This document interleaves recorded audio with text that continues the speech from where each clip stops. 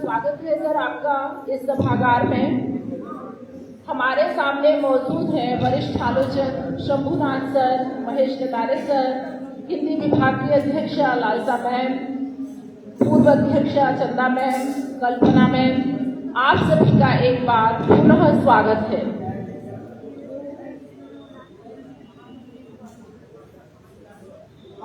इस सत्र में जो पत्र वाचन करेंगे उसमें अंकिता तिवारी, रमेश चंद्र सोनी, डॉक्टर जनार्दन जी और हिमांश धर द्विवेदी। मैं सब इस कार्यक्रम की अध्यक्षता कर रहे मैं राकेश सिंह सर से अनुरोध करूंगी कि वो इजाजत दें तो मैं पत्र वाचन के लिए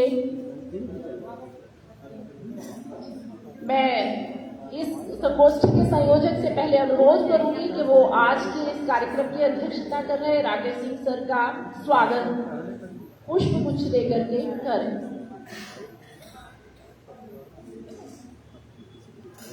इस सेमिनार का एक मोमेंट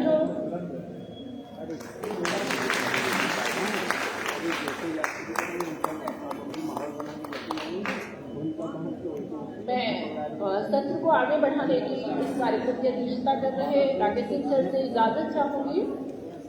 सबसे पहले मैं आमंत्रित करूंगी अंकिता तिवारी को कि वो आए और आकर के अपना पत्र वाचन हम सबके मध्य में करें।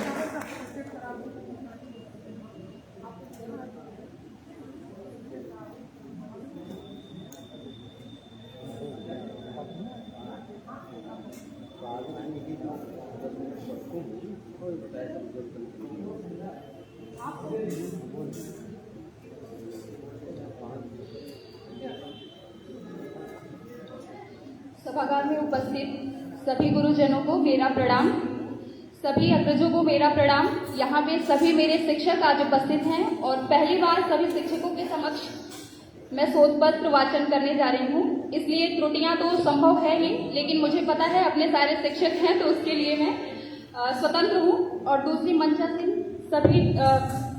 राकेश सर को, अमृता मैम को प्रणाम। आप सभी उपस्थित अग्रज एवं अनुज सभी को मेरा नमस्कार, सुप्रभात। और मैं अपना शोध पत्र वाचन शुरू करने जा रही हूँ। मेरे शोध पत्र का शीर्षक जो है रंगभूमि, भारत में औपनिवेशिक औद्योगिकरण और सामाजिक प्रतिक्रिया। कल से सेमिनार में जो भी उपस्थित रहे उन सभी को पता है कि रंगभूमि को लेकर के बहुत सारे डायमेंशन हम सबके समक्ष रखे गए। उसमें कभी हमें सूरदास को लेकर के चेतना की बात हुई हो, सूरदास की सामाजिक परिवेश की बात हुई हो, या तमाम तरह की बातें जिस पर आज बात करना बहुत उचित नहीं है। चूंकि मैं औपनिवेशिक औद्योगिकरण को लेकर के बात करना चाहूंगी तो सबसे पहले मैं औद्योगिकीकरण पे अपनी बात रखते हुए इस चीज को शुरू करूंगी। और दूसरी चीज की औद्योगिकीकरण के संबंध में प्रेमचंद ने किस रूप में साहित्य में उसकी उपस्थिति की है, इसको हम लोग देखेंगे। औद्योगिकीकरण जो सबसे पहले हमें पता है कि यूरोप के देशों से शुरू हुआ था, और विशेषता यदि हम इंग्लैंड कहें तो इसमें बहुत गलत नहीं होगा। और इसका कारण भी बहुत सारी चीजें रही, क्योंकि प्रबोधन का युग जो हुआ था शुरू, वो सबसे पहले पाश्चात्य में ही हुआ था। और इसके कारण बहुत सारे थे, जिसमें एक सबसे प्रमुख जिसे हम मानते हैं प्रबोधन की चेतना, जो कि वहां पे शुरू हुई थी। औद्योगिकीकरण से जो एक कार्य शुरू होता है कि उत्पादन की जो प्रक्रिया शुरू होती है, इसके कारण जो हमारे पास उत्पाद आता है, उस उत्पाद के खपत के लिए बाजार की भी आवश्यकता होती है। बाजार यानी कि जो हम उत्पादन कर रहे हैं वो उत्पादन हम किस क्षेत्र में ले जाएंगे ताकि उसकी आपूर्ति हो सके। और यही कारण है कि यूरोप के जितने भी प्रभुत्वशाली देश उस समय थे, वो सब अपने उत्पाद को अन्य देशों तक पहुंचाने के लिए अपने उपनिवेश बनाने शुरू किए। प्रारंभ में उनका कभी भी ये मोटो नहीं रहा था कि वो किसी भी देश में जा करके वहां पे शासन का कार्य करेंगे। यानी कि हमें ये समझने की जरूरत है कि औद्योगिकीकरण से कैसे उपनिवेश का दौर शुरू हुआ। उपनिवेशवाद जो एक संकल्पना है, उपनिवेश जब भी होता है जिस देश को उपनिवेश बनाया जाता है और जो मातृ देश बनाता है, इन दोनों के बीच जो संबंध बनता है वो संबंध हमेशा लाभ पे आधारित होता है और वो लाभ आर्थिक लाभ होता है। वो कोई भी देश रहा हो, और इसलिए ये प्रक्रिया शुरू होती है क्योंकि अब औद्योगिकीकरण शुरू हो रहा है यूरोप के देशों में। वहाँ पे उत्पादन अतिरिक्त हुआ और अतिरिक्त उत्पादन को बाजार में खपत के लिए बाजार की आवश्यकता थी, और इसलिए वो आइलैंड यानी कि इंग्लैंड एक द्वीपीय देश हम देखते हैं, वो देश अन्य देशों के पास अपने उत्पाद को लेकर के पहुंचा। और यही कारण है कि उस उत्पाद को खपाने के लिए भारत जैसे देश उसके लिए बहुत सफल साबित हुए, न केवल अपने अतिरिक्त उत्पादन को खपाने के लिए बल्कि उस उत्पाद को वहां से, क्योंकि संसाधन उनके पास लिमिटेड होती है, कहीं भी औद्योगिक जो क्षेत्र होता है एक समय आता है कि वहाँ के संसाधनों की भी सीमितता होती है, और खासकर यूरोप के लिए संसाधन इसलिए भी लिमिटेड था क्योंकि हमें पता है कि उसके आसपास जलीय क्षेत्र था, वो ज्यादातर नौवहन और इस तरह की चीजों का प्रयोग करते थे। और यही कारण है कि जब हम वहाँ पे देखते हैं कि जो अब भारत में वे प्रवेश कर रहे हैं, पुर्तगालियों से आगमन शुरू हो जाता है जो अंग्रेजों का है, वहां से पुर्तगालियों से डच से अंग्रेज तक का ये जो दौर चल रहा है, और अंत जो यूरोपीय कंट्रीज का होता है फ्रांसीसियों तक, बाद में चल के प्रभुत्व चूंकि 1757 की क्रांति में प्रवेश पाते हैं अंग्रेज, और पूरी इस प्रवेश को उनको प्रभुत्व के रूप में स्थापित हो सका बक्सर के युद्ध में। यानी कि 57 का प्रवेश और बक्सर का 64 का युद्ध ये प्रमाणित कर दिया कि आगे का आने वाला समय हर लिहाज से अंग्रेजी शासन के पक्ष में था, और ये कारण बन सका इसलिए क्योंकि एक तो बाजार की उनकी आवश्यकता और दूसरा ये कि उनके कच्चे माल की आवश्यकता थी।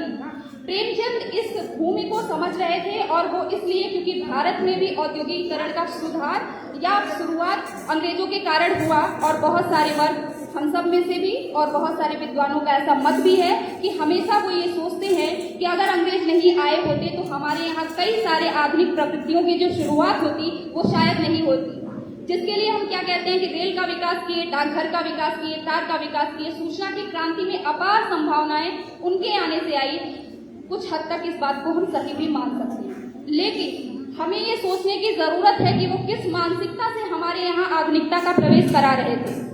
क्या वो अंग्रेजी शिक्षा जो लेकर के आए, जो पुनर्जागरण की चेतना लेके आए, जो प्रबोधन की बात उन्होंने की, जो अस्मिता की बात की, जो स्वतंत्रता की बात की, जो समानता की बात की, वो सारी बातें क्या वो हमारे अपने लिए थी?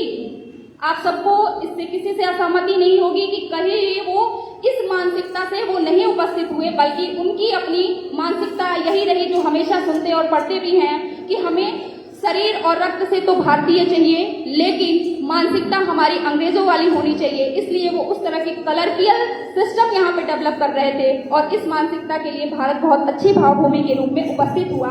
और जो जॉन सेवक नाम के पूंजीपति को जो उपस्थित किया है रंगभूमि में, और वो इसीलिए आप सब इसको देखेंगे कि एक पूंजीवादी प्रतीक के रूप में जॉन सेवक दिखता है, तो हमें इसके प्रतिपक्ष कह ले जो नायक के रूप में है वो सूरदास नाम का नायक होता है।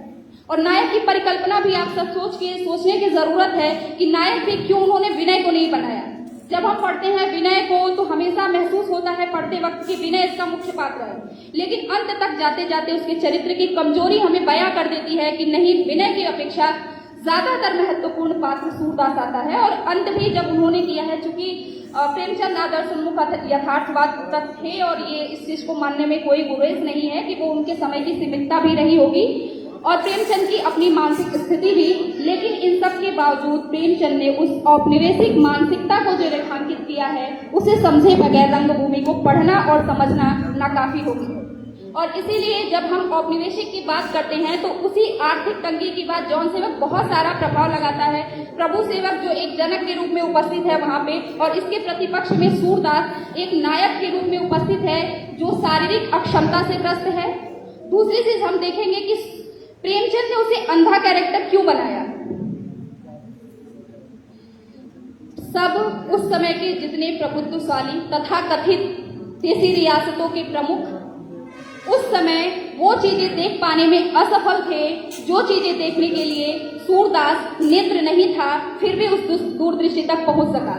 अपने आप में प्रेमचंद बहुत दूर तक सोच करके उस नायक की परिणति की है, और आज 100 वर्ष बाद भी यदि हम इस विषय पे बोलने और सुनने के लिए बैठे हैं तो अपने आप में सोचने की जरूरत है कि वो प्रासंगिकता केवल प्रेमचंद के मायने में नहीं बल्कि आज हमारे अपने समाज में भी उस सूरदास, जॉन सेवक, प्रभु सेवक के कैरेक्टर आसपास मिल जाएंगे। इसमें कोई अतिवादिता वाली बात नहीं है। ये इस बात से आप सहमत भी हो सकते हैं और असहमत भी। यानी कि जो औपनिवेशिक दौर चल रहा है, हमने कहा कि प्रेमचंद की उपस्थिति हम देख रहे हैं कि रंगभूमि रचना की अगर हम देखें कि कार्यकाल को उसको सुनने और समझने के पहले कि 1922 से लेकर के 1924 का दौर उसके रचना काल का समय था, क्योंकि प्रत्येक रचना कालजयी तभी हो पाती है जब में उसमें युगबोध की अभिव्यक्ति हो पाए।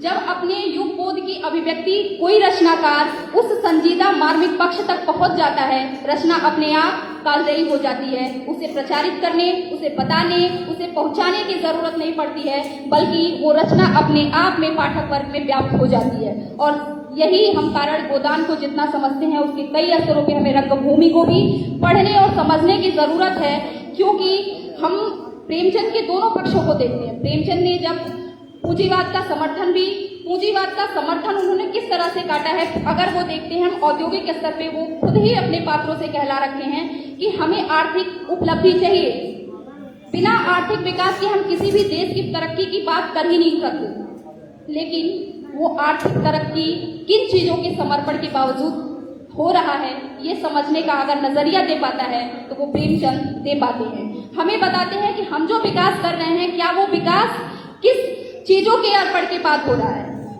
इसीलिए प्रेमचंद इस उपन्यास को लिखते वक्त औद्योगिकीकरण के खिलाफ नहीं थे, बल्कि उस औद्योगिकीकरण की मानसिकता जो औपनिवेशिक थी उसके खिलाफ थे। और ये समझाने के लिए उन्होंने एक अंधे पात्र के रूप में सूरदास को रखा है।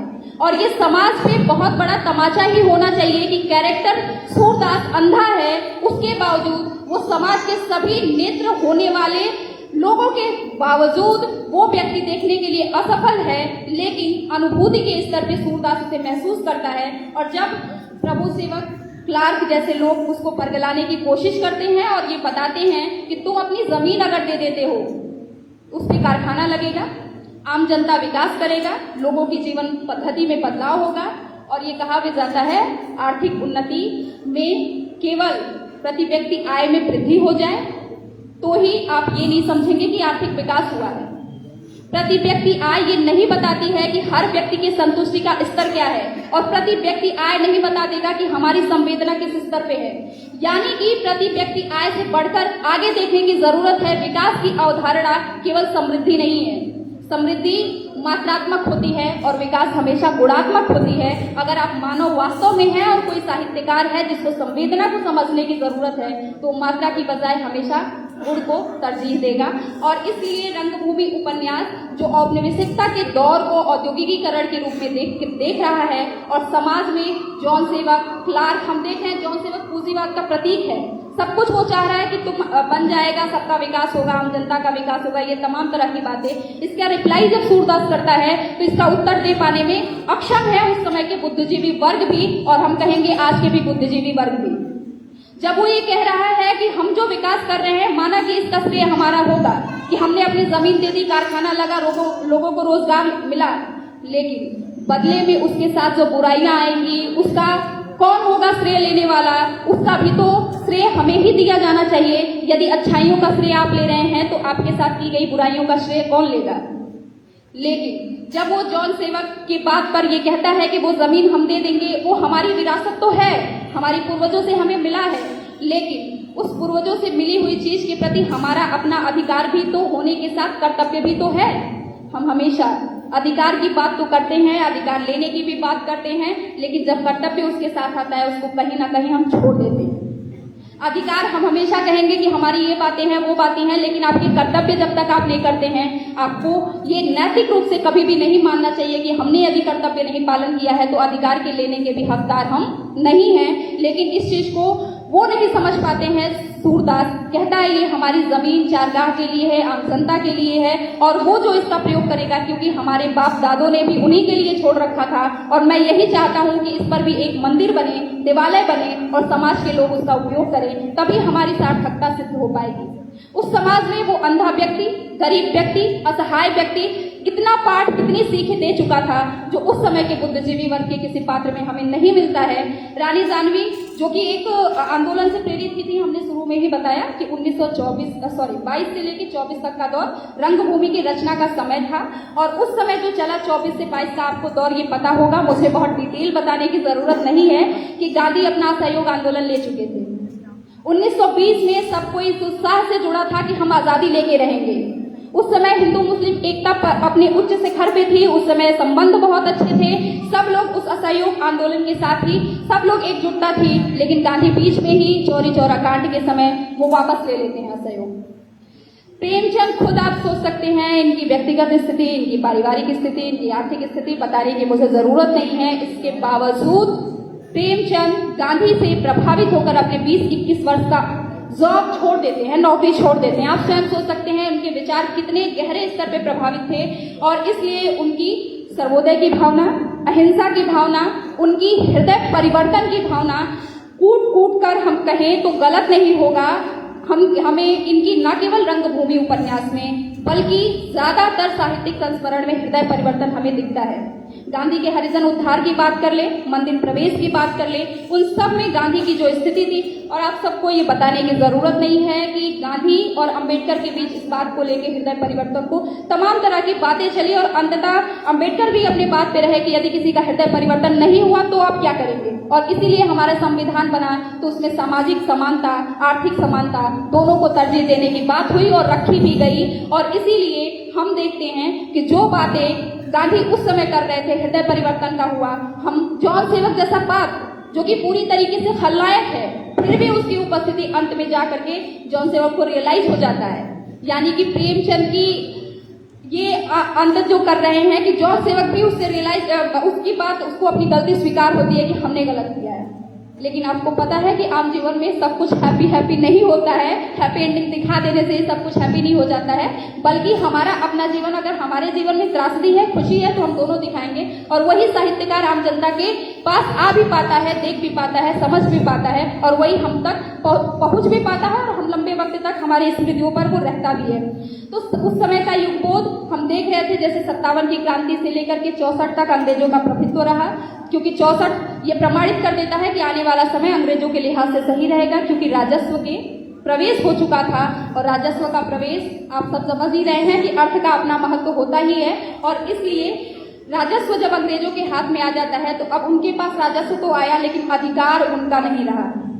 देसी रियासत प्रजा की रक्षा करेंगे, लेकिन चुंगी वसूलने का काम अंग्रेज करेंगे। तो आपको पता है, हथियार हटा लेंगे तो देश की रक्षा कौन करेगा। और उस समय के देसी रियासत कुछ उसी रूप में थे, क्योंकि कहने के लिए तथाकथित वो हमारे रक्षक थे, लेकिन रक्षक स्वयं अपनी अस्मिता को उन लोगों की गिरवी कह दे तो गलत नहीं होगा, उन लोगों के पास रखे थे, क्योंकि अपनी सुरक्षा की भावना उनकी वहां तक निहित थी। और इसीलिए रंगभूमि उपन्यास में हमें ये समझने और जानने के लिए एक प्रमुख दस्तावेज के रूप में उस समय का, जो 19वीं सदी के प्रथम और 2 दशकों का हमें जानना और समझना हो, तो रंगभूमि उपन्यास प्रमुख है। आप सभी ने इतने धीरज से मेरे शोध पत्र को सुना, इसके लिए हृदय से बहुत बहुत बहुत धन्यवाद। और ये मंच हमें अवसर दिया, इसके लिए आप सभी का बहुत बहुत शुक्रिया। मैम शुक्रिया, धन्यवाद। धन्यवाद अंकिता, बहुत अच्छे से आपने अपनी दृष्टि रखी उपनिवेशवाद के ऊपर। अगले वक्ता के रूप में मैं आमंत्रित कर रही हूँ रमेश सोनी को कि वो आए और आकर के अपनी बात रखें।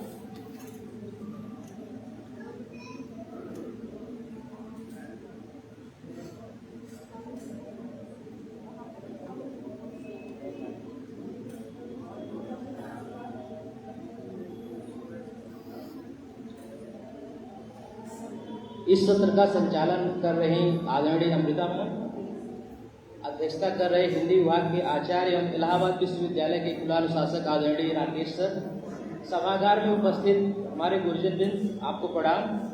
सभागार में उपस्थित विद्वजन एवं प्रेमचंद से प्रेम करने वाले तथा हिंदी साहित्य के प्रबुद्ध पाठक, कल से आज तक प्रेमचंद पर बहुत सी बातें हो चुकी है। मेरा जो शोध पत्र है उसका विषय शतरंज के खिलाड़ी और सवा शेर गेहूं पढ़नी चाहिए। इस दृष्टि से इस कहानी को आप देख सकते हैं। शतरंज के खिलाड़ी कहानी मुंशी प्रेमचंद की कहानी माधुरी पत्रिका में अक्टूबर 1924 में छपी थी। इस कहानी में प्रेमचंद अंग्रेजी शासन सत्ता तथा स्वाधीनता आंदोलन, इस कहानी की जीवंतता आज भी बनी हुई है। यह कहानी अपने दो पात्रों मिर्जा सज्जाद और मीर रोशन अली के माध्यम से हमारे समाज के कर्तव्यच्युत होने की दशा को बयां करती है। नवाब अंग्रेज सेना द्वारा बंदी बनाकर ले जाया जाता है और उसके जागीरदार शतरंज की बाजी में जीतने में व्यस्त हैं। उनको अपने राजा, अपने देश, अपने लोगों की तनिक भी चिंता नहीं है। ऐसी सामंती मानसिकता से हमारा देश, हमारा समाज जूझ रहा है। सत्ता का एक बड़ा हिस्सा ऐसा है जिनको इन सब घटनाओं से कोई मतलब नहीं है। आज समाज में गरीबी, बेरोजगारी, हत्या, बलात्कार की घटनाएं दिन दिन घट रही हैं, लेकिन इनसे एक ऐसा वर्ग जो बिल्कुल भी विचलित नहीं हो रहा है।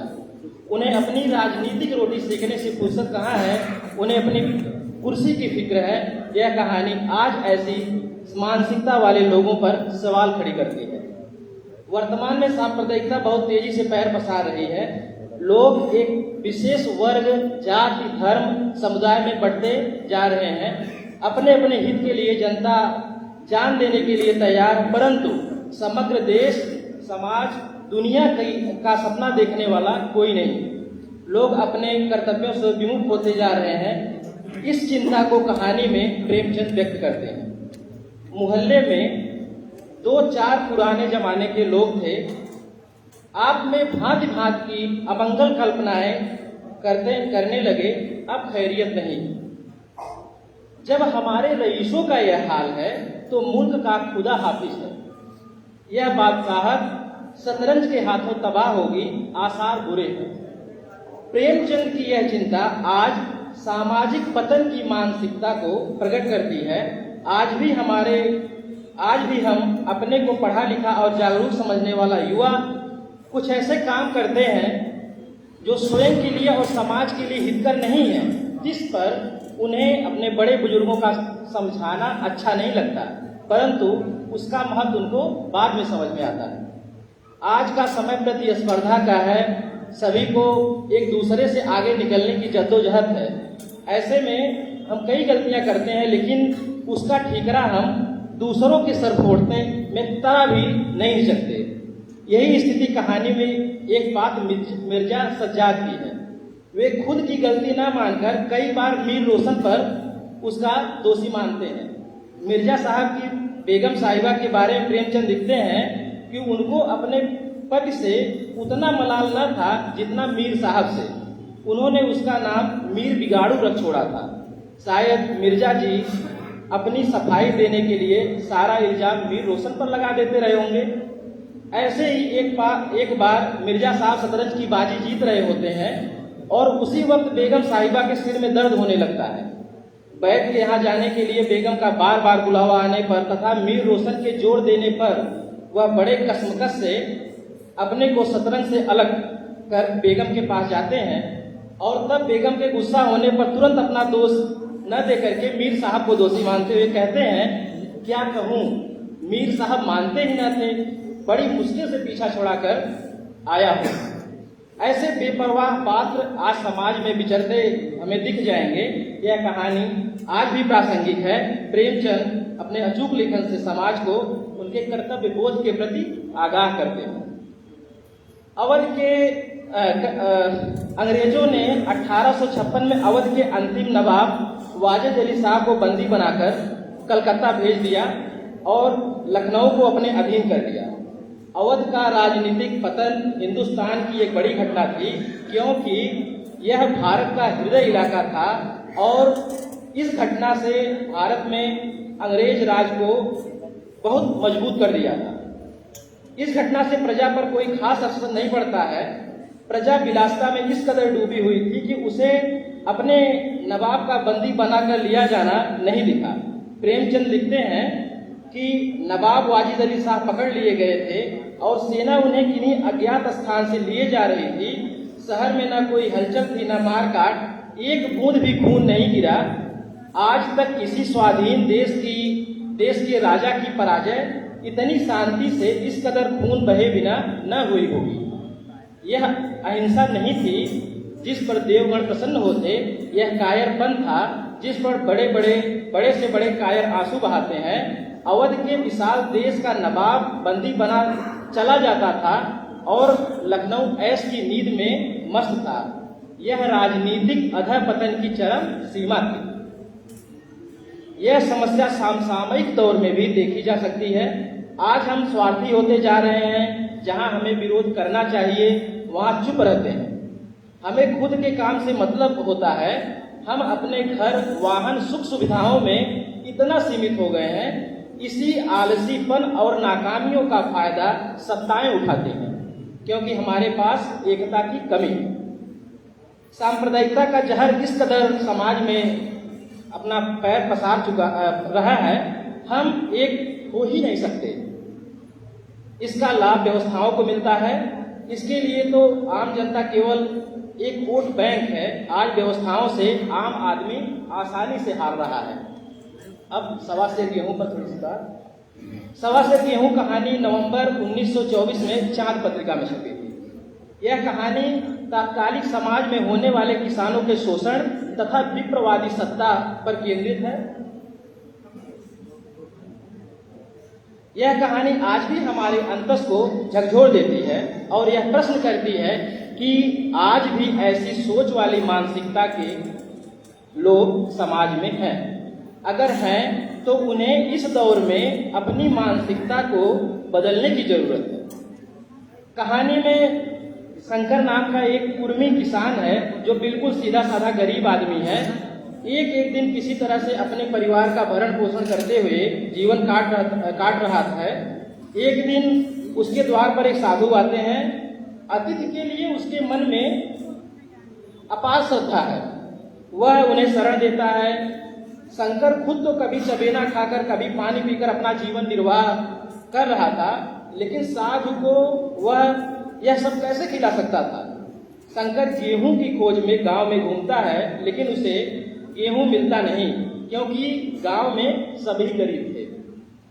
सौभाग्य से गांव के एक विप्र महाराज के यहाँ सवा सेर गेहूं मिल जाता है। इस तरह गेहूं के आटे से वह अतिथि सत्कार करता है। शंकर को यह नहीं पता था कि इस सवा सेर गेहूं का हर जाना उसका पूरा जीवन निगल लेगा। उस सवा सेर गेहूं का सूद विप्र महाराज की कुटिल चाल से कुछ वर्षों में इतना अधिक हो जाता है कि शंकर उसे भरते भरते अपनी जीवन की लड़ाई हार जाता है, लेकिन भर नहीं पाता।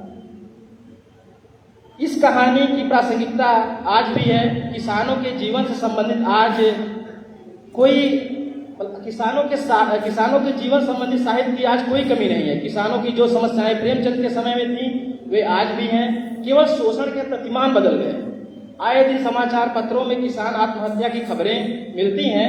हम उनकी आत्महत्या के पीछे के कारणों को समझ सकते हैं। वर्तमान में वैश्वीकरण तेजी से अपना पैर पसार रहा है। हम विश्व को एक परिवार के रूप में विकसित करने के लिए प्रतिबद्ध हैं। ऐसे में पूंजीवाद भी बढ़ता जा रहा है। अमीर और अमीर बन रहे हैं, गरीब और गरीब होता जा रहा है। जो भी विकसित होने की धारणाएं हैं वह केवल पूंजीपतियों और सत्ताधारियों के लिए है, न कि गरीब किसानों के लिए। किसानों की स्थिति देश में आज भी वैसी है जैसी स्वतंत्रता के पहले थी। कुछ मामूली परिवर्तन सुधार देखा जा सकता है। जमीन किसान के लिए मर्याद तभी थी और आज भी उनकी मर्यादा की बात होती है।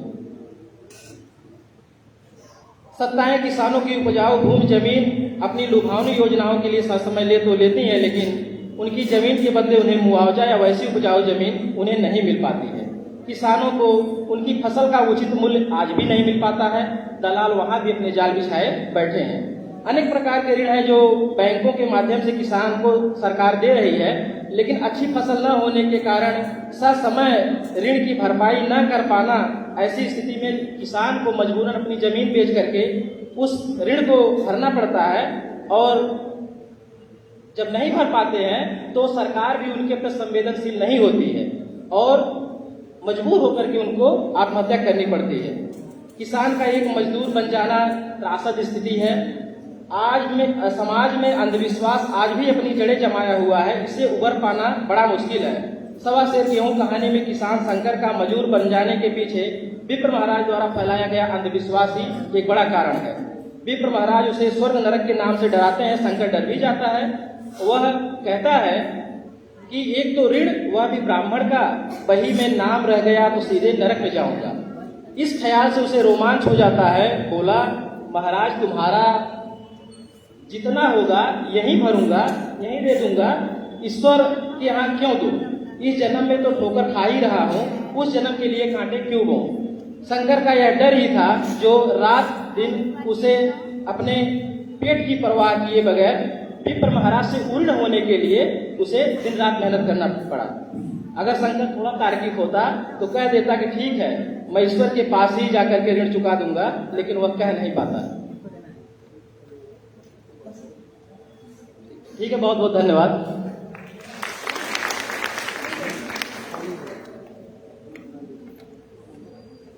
धन्यवाद रमेश। सुनने का हमारा भी मन है सबका, लेकिन समय की बाध्यता है तो हम मजबूर हो जाते हैं परिचित हमारे के लिए। अब अगले पत्र वाचन के लिए मैं हिमांशु द्विवेदी को आमंत्रित करूंगी कि वो आए और निर्धारित 12 मिनट में अपनी बात रखने की कोशिश करें।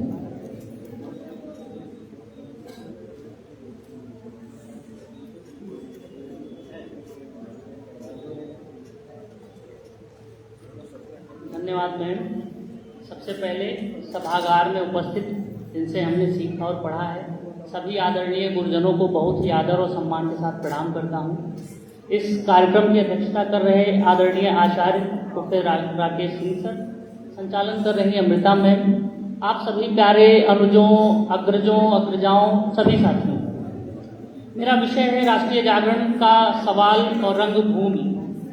इस सवाल पर सोचते और बात करते हुए मैं यह भी कहना चाहता हूँ कि रंगभूमि को पढ़ते पढ़ते साथ में हम लोग उनके लेखों को भी देखें जो प्रेमचंद ने लिखे हैं अलग अलग जगहों पर संपादकीय और क्या है।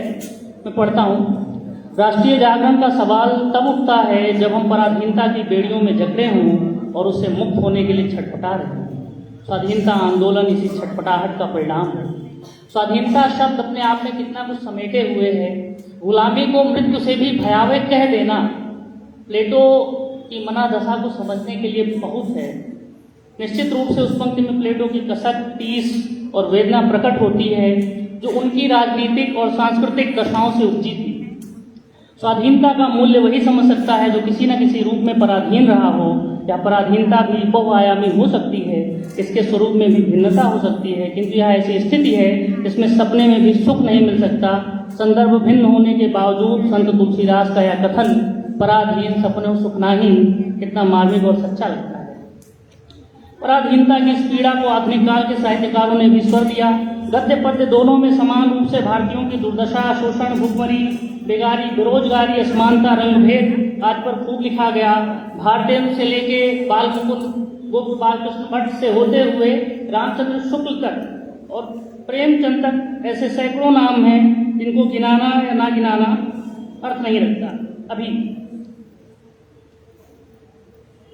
जो काम राजनीतिक ढंग से तत्कालीन राजनेता कर रहे थे, वही काम दूसरी तरह से हमारे साहित्यकार भी कर रहे थे। मुंशी प्रेमचंद उन्हीं स्वतंत्र चेता रचनाकारों में से हैं जो औपनिवेशिक सत्ता का प्रतिवाद अपने लेखन में करते हैं, न केवल कहानी और उपन्यास बल्कि लेखों में, संपादकीय में। प्रेमचंद अंग्रेजों की औपनिवेशिक और साम्राज्यवादी दृष्टि, उनकी पाशविकता, शोषण आदि का विरोध और भारतीयों की निरीहता का चित्रण अपनी कहानियों और उपन्यासों में अलग अलग पात्रों के माध्यम से करते हैं। सोजे वतन से लेकर गोदान तक की साहित्यिक यात्रा करने के क्रम में हम देखते हैं कि उनकी राष्ट्रीय जागरण की चेतना उत्तरवर्ती कहानियों, उपन्यासों में बड़ी स्पष्टता और प्रखरता के साथ चित्रित हुई है। धीरे धीरे प्रेमचंद अपनी रचनाओं में औपनिवेशिक शासन का प्रत्याख्यान रखते हैं। उस दौर में राष्ट्रीय चेतना जागृत करने के लिए कई तरीके अपनाए गए। हिंदी साहित्य का बृहद इतिहास नवम खंड में पृष्ठ संख्या 180 पर एक कथन है, द्विवेदी युगीन संवेदना का सबसे अधिक महत्वपूर्ण और नियामक स्वर राजनीतिक चेतना के रूप में दिखाई पड़ता है। जाहिर है कि राजनीतिक चेतना प्रतिपक्ष की चेतना के रूप में थी और उसे व्यवस्था के पूरे दबाव में जीना था। सहज ही राजनीतिक चेतना को सीधे शब्दों में ना अभिव्यक्ति दी जा सकती थी और न उसे दबाना ही संभव था। इसलिए राजनीतिक चेतना एक ओर भारत के अतीत के गौरवगान के रूप में प्रकट हुई, तो दूसरी ओर तत्कालीन दुर्दशा को उभार कर रखने के रूप में। स्पष्ट है जैसे उस दौर में अतीत का गौरवगान करके स्वाधीन चेतना जगाने वालों में बड़ा नाम जयशंकर प्रसाद का है, ठीक वैसे भारतीयों की दुर्दशा को उभार कर रख देने में उस समय प्रेमचंद का कोई सानी नहीं। रामविलास शर्मा जी ने परंपरा का मूल्यांकन में संकलित एक लेख है प्रेमचंद, उसमें कहा भी प्रेमचंद की क्रांतिकारी यथार्थता व्यक्त हुई है दमन के चित्रण में। प्रेमचंद ऐसे रचनाकार हैं जो गौरवगान के बजाय उस समय के जो दशा है दुर्दशा है उसकी पोल खोलने में रुचि लेते हैं, और यह दुर्दशा जो है उन्हें उस स्वतंत्र चेता रचनाकारों में स्थान दिलाती है। रंगभूमि की रचना के पृष्ठभूमि में सन 1919 से 1924 तक घटने वाली महत्वपूर्ण घटनाएं हैं। रंगभूमि में जलियांवाला बाग हत्याकांड का भी जिक्र है, साथ ही असहयोग खिलाफत काउंसिल का चरितार्थ संबंधी घटनाएं बड़ी बारीकी से इस रंगभूमि उपन्यास के कथाक्रम में विन्यस्त हैं। 1924-25 तक भारतीय राजनीति में गांधी जी राष्ट्रीय आंदोलन का पर्याय बन चुके थे। सत्याग्रह तथा असहयोग मूलक संघर्ष उस युग का राष्ट्रीय संघर्ष था। प्रेमचंद गांधी के सत्याग्रह से जुड़ते हैं, सूरदास में उनकी छत दिखाई देती है। लेकिन एक दूसरा पक्ष, रानी जाह्नवी, कुंवर विनय सिंह, इंद्रदत्त, सोफिया, इंदु, वीरपाल सिंह, प्रभु सेवक आदि चरित्रों के माध्यम से हम तत्कालीन राजनीतिक हलचलों की गूंज देख सकते हैं। सेवा समिति की स्थापना यद्यपि देश में जनता की सेवा करने के लिए होती है, शुरू में राजनीतिक सरोकारों से मुक्त यह संस्था धीरे धीरे सदस्यों की संख्या में इजाफा करती है और क्रमशः राजनीतिक सक्रियता और अंग्रेजों के विरोध के रूप में हम इस संस्था की पहचान बनते देखते हैं। मिस्टर प्रभु सेवक जो कवि हैं, आरंभ में श्रृंगार कांड में ही अपनी कविताई की प्रतिभा दिखा रहे होते हैं। उनकी कविताएं मैंने बहुत मन से सुनते हैं, किंतु उसकी समसामयिकता से मेल न खाने पर आलोचना भी करते हैं। विनय कहते हैं, आपकी कविता सर्वथा असामयिक है, मेरे विचार में इससे समाज का उपकार नहीं हो सकता। इस समय हमारे कवियों का कर्तव्य है त्याग का महत्व दिखाना, ब्रह्मचर्य का अनुराग उत्पन्न करना, आत्मनिग्रह का उपदेश करना। यह कथन पढ़ते सहसा तत्कालीन आलोचकों रचनाकारों का रचनात्मक संवाद याद आता है। मैं जब इसको पढ़ रहा था तो मुझे बालकृष्ण भट्ट याद आ रहे थे। उन्होंने समस्या पूर्ति मंजरी की समीक्षा की थी। उसमें उन्होंने लिखा समीक्षा करते हुए कि इसकी संपूर्ण कविताएं श्रृंगार की ना होकर के उस देश दशा पर भी होती तो सोना और सुगंध ही होता। या जो समसामयिक देश दशा की बात आलोचना में आ रही है और धीरे धीरे क्रमशः रचना में आ रही है, वो ये बात यहाँ भी मुझे देखने को मिलती है। यह कथन पढ़ते ही ठीक बाद में हम देखते हैं कि प्रभु सेवक की रचनाएं क्रांतिकारी विषयों पर आधारित होती जाती हैं। पृष्ठ संख्या 445 पर एक कथन है, प्रभु सेवक की रचनाएं इन दिनों क्रांतिकारी भावों से परिपूर्ण होती थी। राष्ट्रीयता, द्वंद्व, संघर्ष के भाव प्रत्येक छंद से टपकते थे। ध्यातव्य है कि उस समय तक प्रभु सेवक सेवा समिति के नेतृत्वकर्ता भी बन चुके थे। भारतीय उदारवादी नेताओं को अंग्रेज सरकार पर बड़ा भरोसा था। उनका मानना था कि अंग्रेजों से विनय करके हम अपना हित कर सकते हैं। डॉक्टर गंगुली इस वर्ग का प्रतिनिधित्व करते हैं, बड़े आशावादी हैं, अंग्रेज सरकार के प्रति वफादार भी, उन्हें ही उद्धारकर्ता समझते हैं, काउंसिल के सदस्य हैं और उन्हें इस न्याय व्यवस्था के प्रति अगाध श्रद्धा है। वह यह भी जानते हैं कि सरकार अब जनता के मत की उपेक्षा नहीं कर सकती। जनता की ओर से भारतीय प्रतिनिधि सरकार से अपनी बात मनवा सकते हैं। डॉक्टर गंगुली के चरित्र के बहाने हम यहाँ काउंसिल के प्रति प्रेमचंद के विचार को देख सकते हैं। वानगी के लिए और काउंसिल के प्रति मोह भंग की प्रक्रिया को समझने के लिए डॉक्टर गंगुली के 3 कथन महत्वपूर्ण है जो उपन्यास में आए हैं बीच बीच में। वो 3 कथन मैं पढ़ना चाहता हूँ। एक कथन है पृष्ठ संख्या 279 पर, जहाँ कह रहे हैं, अब वह जमाना नहीं है जब सरकार प्रजा मत की उपेक्षा कर सकता था, अब काउंसिल का प्रस्ताव उसे मानना पड़ता है। पृष्ठ संख्या 379 में आता है, ठीक है, हमारा तो अब वहाँ मन नहीं लगता, हम जहाँ था वहीं अब भी है। मिलिट्री का खर्च बढ़ता जाता है, उस पर कोई शंका करे तो सरकार बोलता है आपको ऐसा बात नहीं कहना चाहिए। काउंसिल को सरकार बनाता है और वह सरकार की मुट्ठी में है, ये समझने की चीज़ है। जब जाति द्वारा काउंसिल बनेगा तब उसमें देश का कल्याण होगा। जाति द्वारा काउंसिल बनने की बात प्रेमचंद 1924-25 में कह रहे हैं। तीसरा कथन जो अंतिम है उसका पढ़ना चाहता हूँ, अंत में है बिल्कुल, आप पशु बल से मुझे चुप करना चाहते हैं इसलिए कि आप में धर्म और न्याय का बल नहीं है। आज मेरे दिल से यह विश्वास उठ गया जो गत 40 वर्षों से जमा हुआ था कि गवर्नमेंट हमारे ऊपर न्याय बल से शासन करना चाहती है। आज इस न्याय बल की कलई खुल गई, हमारी आंखों से पर्दा उठ गया और हम गवर्नमेंट को उसके नग्न आवरणहीन रूप में देख रहे हैं। अब हमको स्पष्ट रूप से दिखाई दे रहा है कि केवल हमको पीस कर तेल निकालने के लिए, हमारी सभ्यता और हमारे मनुष्यत्व की हत्या करने के लिए, हमको अनंत काल तक चक्की का बैल बनाए रखने के लिए हमारे ऊपर राज्य किया जा रहा है। हम क्रमशः देख रहे हैं कि वह डॉक्टर गांगुली जो आशावादी हैं, काउंसिल के प्रति बहुत श्रद्धा रखते हैं, वो अचानक से कैसे बदलते हैं और अंत तक आते आते इस्तीफा दे देते हैं और सेवा समिति के सक्रिय सदस्य बन जाते हैं। बातें बहुत सारी हैं, मैं बिल्कुल अंतिम अंश पढ़ना चाहता हूँ जो प्रेमचंद के एक लेख से है और थोड़ा सा उनके लेखों के बारे में। प्रेमचंद के राष्ट्रीय जागरण और स्वाधीनता आंदोलन संबंधी विचारों को समझने के लिए रंगभूमि, कर्मभूमि सरीखी कृतियों का उनके स्वतंत्र लेखों यथा आजादी की लड़ाई, स्वराज के फायदे, बच्चों को स्वाधीन बनाओ, मानसिक पराधीनता, जागृति, जीवन में साहित्य का स्थान आदि के साथ मिलाकर पढ़ना चाहिए। लेखों में प्रेमचंद और मुखरता के साथ औपनिवेशिक परिस्थितियों की कलई खोलते हैं, साथ ही भारतीयों की कर्मण्यता और राजभक्ति पर भी तंज कसते हैं। एक कथन है उनका, जीवन में साहित्य का स्थान में वो लिखते हैं, साहित्यकार बहुधा अपने देश काल से प्रभावित होता है। जब कोई लहर देश में उठती है तो साहित्यकार के लिए उसे अविचलित रहना असंभव हो जाता है। उसकी विशाल आत्मा अपने देश बंधुओं के कष्टों से विकल हो उठती है और इस तीव्र विकलता में वह रो उठता है। ये प्रेमचंद के श्रेष्ठ निबंध सत्यप्रकाश मिश्र जी के संपादन में उसमें से है। कहना ना होगा कि प्रेमचंद ऐसे ही रचनाकार हैं जो अलग अलग पात्रों के माध्यम से अपनी दशा, मानसिक दशा, अपने दुख को, पीड़ा को व्यक्त कर रहे हैं। हमें इस चीज को समझने की विशेष जरूरत है और बात बार बार जो प्रासंगिकता की आती है, मैं यही कहता हूँ, काश प्रेमचंद अप्रासंगिक हो गए होते, हम वहां से आगे बढ़ गए होते, हम आज भी वही हैं। आप सबने मुझे सुना, बहुत बहुत धन्यवाद।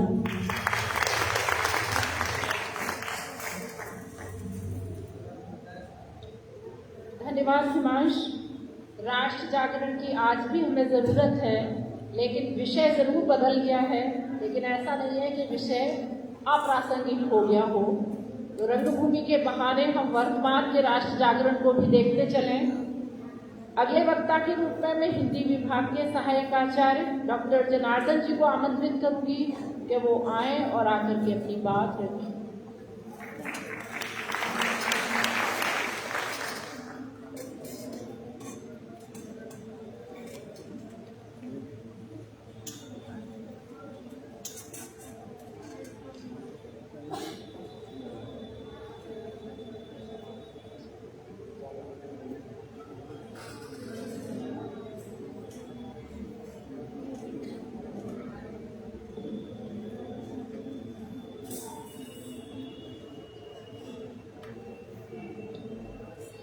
आदरणीय राकेश सर, अमृता जी, हमारे विभाग के सारे साथी, वीरेंद्र सर, लालसा में, चंदा में, कल्पना में और सारे साथी, महेश कटारे जी हमारे बीच में हैं और सारे हमारे जो विद्यार्थी मित्र हैं। साथियों, मुझे करबला पर ही बात करनी है। करबला जो है एक ऐतिहासिक परिघटना पर लिखा गया जो है कि नाटक है और बहुत उद्देश्य से लिखा गया है। जब इसके विषय में पढ़ा जाएगा और जाना जाएगा तो पता चलेगा कि काफ़ी छानबीन के साथ प्रेमचंद ने जो है करबला को लिखा है और जब ये लिखा गया तो इसको लेकर के काफ़ी सरगर्मी बढ़ी थी। जो दोनों तबके के लोग, हिंदू और मुसलमान, जो विद्वान साथी थे और जो स्कॉलर थे, इस नाटक को लेकर के मिली जुली प्रतिक्रिया थी। इसमें हुसैन इब्न अली का जिक्र हुआ है और हुसैन इब्न अली का जो मज़ार है वह करबला शहर में है। तो जाहिर सी बात है कि बहुत ही ऐतिहासिक विषय को जब उठाया जाता है और मिथक की गुंजाइश जब नहीं बनती है, मिथक अगर नहीं है, पूरा का पूरा किरदार अगर ऐतिहासिक है तो काफ़ी सोच की आवश्यकता पड़ती है। तो काफ़ी सोच के साथ करबला का लेखन हुआ। इसमें यजीद जो है, जो अपने आप को खलीफा घोषित करता है, वह जनता का वहाँ का जो पूरा एक समुदाय है, व्यापक समुदाय है, जो इस्लामिक धर्म इस्लाम धर्म के अधीन है, वह यजीद से बहुत मुतमईन नहीं है, उससे बहुत ज़्यादा जो कि वह प्रसन्न नहीं है और आमंत्रित करता है। वो पूरा जो जन समुदाय वहाँ का है वो आमंत्रित करते हैं हुसैन को कि आप आइए और इस जो एक प्रलयकारी व्यवस्था है जो यजीद ने कायम कर दी है धर्म के नाम पर, उससे हमें मुक्त कीजिए। अब यही वो विषय है जहाँ पर यह जो रचना है यह प्रेमचंद के उस समकाल से, प्रेमचंद का जो समय है और जब ये नाटक लिखा जा रहा था 1924 का जो समय है, 1924 का जो भारत है उससे जो है कि यह नाटक और यह किरदार और यह संघर्ष जुड़ जाता है। मित्रों, आप देखिए कि 1914 से लेकर के लगभग 1940 की जो दुनिया है वो काफ़ी बेचैन दुनिया है ना। इस लगभग आप इसको देखेंगे तो आप कह सकते हैं कि ये सेकेंड वर्ल्ड वार का फर्स्ट वर्ल्ड वार जो है हो चुका है, पहला जो विश्व युद्ध है हो चुका है और दुनिया जो है कि दूसरे विश्व युद्ध की ओर किसी न किसी रूप में बढ़ रही है। उसी के दरमियान जो है कि ये करबला लिखा जाता है। तो आप इसमें ये देख लीजिए कि तमाम मुल्क जो है वह एक नए करबला के निर्माण की तैयारी भी कर रहे हैं। एक नया करबला, एक नए किस्म का करबला हो, इसकी पूरी प्रस्तावना अलग अलग जगहों पर लिखी जाती है। इसकी प्रस्तावना किसी न किसी रूप में भारत में भी है। भारत में 1907 में, 1885 में कांग्रेस, 1907 में मुस्लिम लीग और आप देखें अगर घटनाक्रम को देखें तो कई सारी चीज़ें हैं। हिंदू मुस्लिम एकता के बहुत सारे अभियान चलाए जाते हैं। 1924 में ही गांधी जो है कि कांग्रेस के अध्यक्ष अधिवेशन की अध्यक्षता करते हैं बेलगांव में। तो जो है कि जो समाज का जो ताना बाना है 1857 में जो ताना बाना दिखाई दिया था वो बिखर रहा था और इस नाटक को लिखा इसीलिए गया कि वो जो ताना बाना दरक रहा है, जो तंतु बिखर रहे हैं, उनको जोड़ने का जो ऐतिहासिक दस्तावेज है, जो ऐतिहासिक दस्तावेज उनकी तलाश की जाए और उनको फिर से देखा जाए। मुझे लगता है कि यह अपने इतिहास को रीरीड करने का भी प्रयास है। करबला के माध्यम से हमारा जो समावेशी इतिहास है, हमारा जो समावेशी समय जो बीत चुका है उसको रीरीडिंग भी की जा रही है, उसको फिर से पढ़ा भी जा रहा है। यह नाटक जितना अपने समय में प्रासंगिक है उतना ही आज के समय में भी प्रासंगिक है, क्योंकि कई सारे इमाम हमारे बीच में हैं, कई सारे धर्म के सत्तानसीन हैं जो वही काम कर रहे हैं जो यजीद ने किया था। अपने समय में 1924 में तो यजीद सीधे सीधे अंग्रेजों के रूप में दिखाई देते हैं। जो अंग्रेजों की जो पूरी शासन प्रशासन की पर्सनैलिटी है, जो पूरा उनका उपक्रम है, आप उसको यजीद के साथ जोड़ करके देख सकते हैं। लेकिन आज यह प्रासंगिक इसलिए है कि वह यजीद आज है कि नहीं है, और वो है तो क्या करें। साथियों, इसमें हुसैन के साथ कई सारे ऐसे भी लोग हैं जिनका वास्ता जो है कि भारत के साथ है, जिन्होंने हुसैन का साथ दिया था। उनको हुसैनी ब्राह्मण कहते हैं। कई सारे किरदार इसमें, मुझे लगता है कि इसके 73वें पेज पर, इस नाटक के 73वें पेज पर कई सारे ऐसे किरदार हैं जो कि भारतीय या फिर कह लीजिए कि हिंदू हैं, या उस टर्मिनोलॉजी में बात करें तो हुसैनी ब्राह्मण हैं। कुछ पैरा मैं आपके सामने पढ़ दे रहा हूँ, जैसे कि 73वें पर लिखा गया है, संख्या 73वें पर, अरब का एक गांव, एक विशाल मंदिर बना हुआ है, तालाब है जिसके पक्के घाट बने हुए हैं, मनोहर बगीचा, मोर, हरिण, गाय आदि पशु पक्षी इधर उधर विचर रहे हैं। साहस राय और उनके बंधु तालाब के किनारे संध्या हवन ईश्वर की प्रार्थना कर रहे हैं। प्रार्थना क्या है? हरि धर्म प्राण के प्यारा हो, अखिलेश अनंत विधाता हो, मंगलमय मोद प्रदाता हो, भय भजन शिव जन त्राता हो, अविनाशी अद्भुत ज्ञाता हो, तेरा ही एक सहारा हो, हरि धर्म प्राण से प्यारा हो। अब ये देखिए कि वहाँ पर कार्नेलिया जो है और मधुमेह यह देश हमारा, ये प्रसाद के यहाँ दिखाई देता है। यहाँ पर उसी तरह की बात जो है कि यह अरब के गांव में जो सहस्त्राय और सहस्त्राय के जो मित्र हैं उसके माध्यम से ही बात सामने आती है।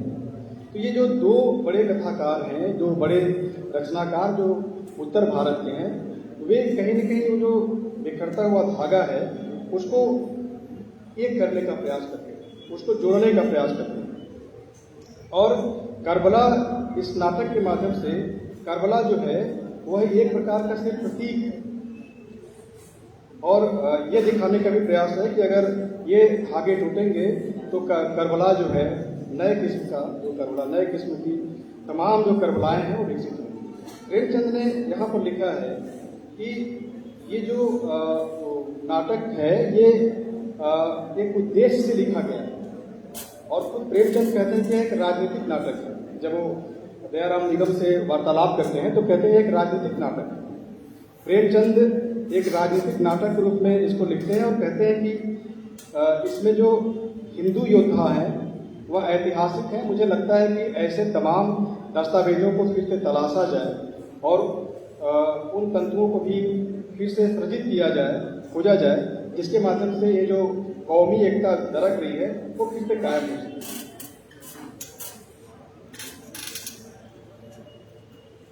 इसके बियॉन्ड अगर हम देखें, इस पूरे सरहद के बाहर देखें, प्रेमचंद के बाहर देखें, तो इसी तरह का उपक्रम जो है वह दूसरे रचनाकारों में दिखाई देता है। जैसे कि अगर रविन्द्रनाथ टैगोर को देखा जाए तो उनके यहाँ जो घरे बायरे जो रचना है जो अंग्रेजी में भी आई है, तो घरे बायरे में यही है कि सब कुछ खत्म हो जाएगा अगर घर और घर में रहने वाले जो लोग हैं उनकी शिनाख्त नहीं की जाएगी, और जो घर में रहने वाले जो लोग हैं उनकी शिनाख्त किए जाने के कुछ पैमाने होने चाहिए। उनको कैसे देखा जाए, उनको धर्म के आधार पर देखा जाए, उनको क्षेत्र के आधार पर देखा जाए, या फिर उन्हें बहुसंख्यक अल्पसंख्यक के आधार पर देखा जाए। बहुत साफ साफ इशारा किया है और घरे बायरे में तो बाकायदे उस पूरे तंतु को बिखरते हुए दिखाया गया है और उसके बाद क्या होता है ये भी दिखाया गया है।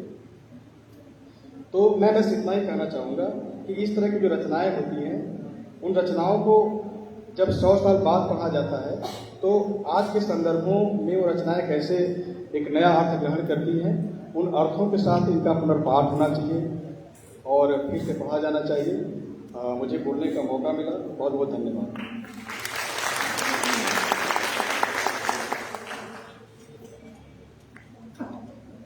धन्यवाद जनार्दन सर, पर्ची देने की जरूरत नहीं पड़ी, मेरे लिए बड़ी सुकून की बात रही है।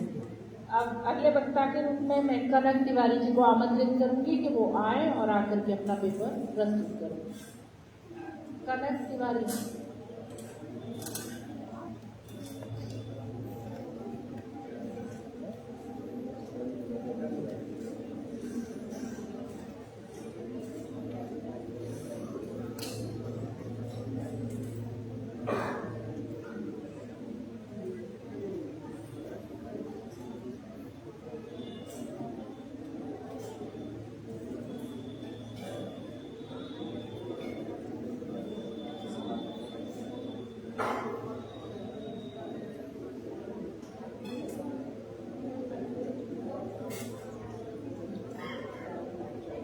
सत्र की अध्यक्षता कर रहे सर और इस सभागार में उपस्थित तमाम विद्वज्जन को मेरा नमस्कार।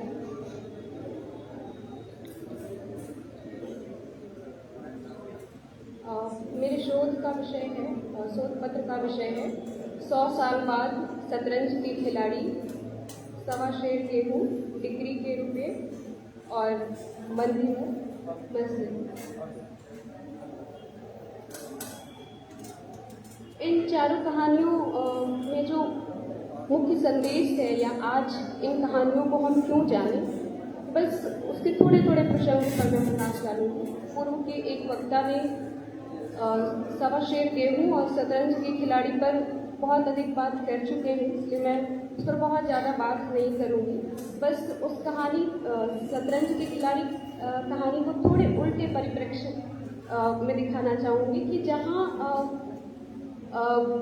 बिना कोई युद्ध लड़े देश गुलाम हो जाता है वाजिद अली के शासनकाल में, और उस गुलामी का कारण जो आरंभ में प्रेमचंद ने दिखलाया है वह कितने विस्तार और कितने मर्मस्पर्शी शब्दों में दिखलाया है, वह उदाहरण मैं यहाँ रखना चाहूँगी।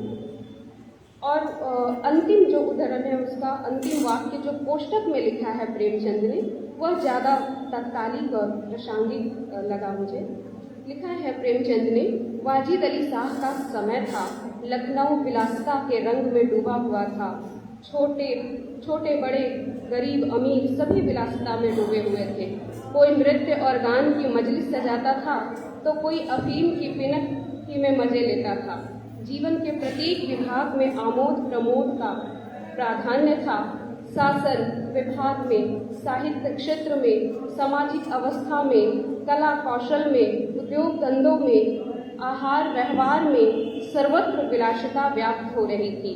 राज्य कर्मचारी विषय वासना में, कविगण प्रेम और विरह के वर्णन में, कारीगर कलाबत्तू चिकन बनाने में, व्यवसायी सुरमे इत्र मिश्री और उबटन का रोजगार करने में लिप्त थे। सभी की आंखों में विलासिता का मद छाया हुआ था। संसार में क्या हो रहा है इसकी किसी को खबर न थी। बटेर लड़ रहे थे, तीतरों की लड़ाई के लिए पाली बढ़ी जा रही थी। कहीं चौसर बिछी हुई है, पौ 12 का शोर मचा हुआ है, कहीं शतरंज का घोर संग्राम छिड़ा हुआ है। राजा से लेकर रंक तक इसी धुन में मस्त थे। जहाँ तक कि फकीरों को पैसे मिलते तो वे रोटियां ना लेकर अफीम खाते या मादक पीते। शतरंज, ताश, गंजीफा खेलने से बुद्धि तीव्र होती है, विचार शक्ति का विकास होता है, पेचीदा मसलों को सुलझाने की आदत पड़ती है। ये दलीलें जोरों के साथ पेश की जाती थी। उसी संदर्भ के बारे में जिसके बारे में मैं कह रही थी, जो कोष्टक में लिखा है प्रेमचंद ने, इस संप्रदाय के लोगों से दुनिया अब भी खाली नहीं है।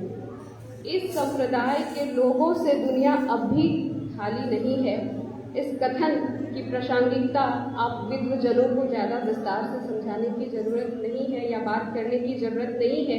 आज जिस कदर हम बाजारवाद की गिरफ्त में घिरे जा रहे हैं, बाजारवादी संस्कृति हमें अपने आगोश में लेते जा रही है, कहीं ना कहीं प्रेमचंद उसी ओर इशारा कर रहे हैं और कहना चाहते हैं कि यदि एक बार हम राजनीतिक रूप से गुलाम हो गए तो आगे की गुलामी सामाजिक, आर्थिक, सांस्कृतिक गुलामी तय है, जिसकी चिंता प्रसाद ने भी की है, कई रचनाओं में की है, हमारी सांस्कृतिक गुलामी की। अगली कहानी जिसकी चर्चा मैं करूंगी सवा सेर गेहूं में, और मेरे से पूर्व के वक्ता ने जो कहते कहते रह गए हों संभवतः, केवल मैं उस उदाहरण के माध्यम से आगे बात कहूंगी। जब सवा सेर गेहूं का उधार न चुकाने के कारण शंकर को विप्र महोदय ये डर दिखा रहे हैं कि ऊपर जाओगे तो वहाँ तो हिसाब चुकाना ही पड़ेगा। और विप्र महोदय का जो कथन है, विप्र कहते हैं, विप्र वहाँ का डर तुम्हें होगा, मुझे क्यों होने लगा, वहाँ तो सब अपने ही भाई बंधु हैं।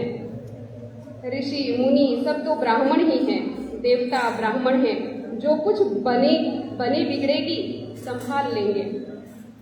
यहाँ इसका संदर्भ इस अर्थ में मैंने समझने की कोशिश किया है कि यदि लोगों को ये डर समाप्त हो जाए कि उनके कर्म का फल उन्हें मिलेगा या जो भी वे करेंगे उनका दंड उन्हें मिलेगा, और यदि दंड मिले इससे पहले उन्हें कोई बचाने वाला हो, उस दंड से कोई उबार लेने वाला हो, तो फिर वे क्यों ना जानबूझकर वैसी गलतियां करेंगे, शोषण और अत्याचार करेंगे। टिकरी के रुपये में भी कुछ ऐसी ही हालत है, जहां नईम और कैलाश की मित्रता की बात है। कैलाश नईम की सारी सच्चाई जानता है कि जो उसे सौंपा गया है रिपोर्ट देने के लिए कि कैसे हत्या हुई थी या वो हत्या में शामिल नहीं था। कुंवर साहब जो थे वे हत्या किए थे या उन्होंने हत्या नहीं की थी। इस बात के लिए जब ऐसे ऑफिसर की तैनात की जाती है कि वह उसे बचा ले, और इस विश्वास से बचा ले कि यदि पैसा हो और ताकत हो तो दुनिया में हर कार्य संभव हो। तो प्रेमचंद ने लिखा है इस कहानी में, धन से बड़े पापों पर पर्दा पड़ सकता है, धन से बड़े पापों पर पर्दा पड़ सकता है।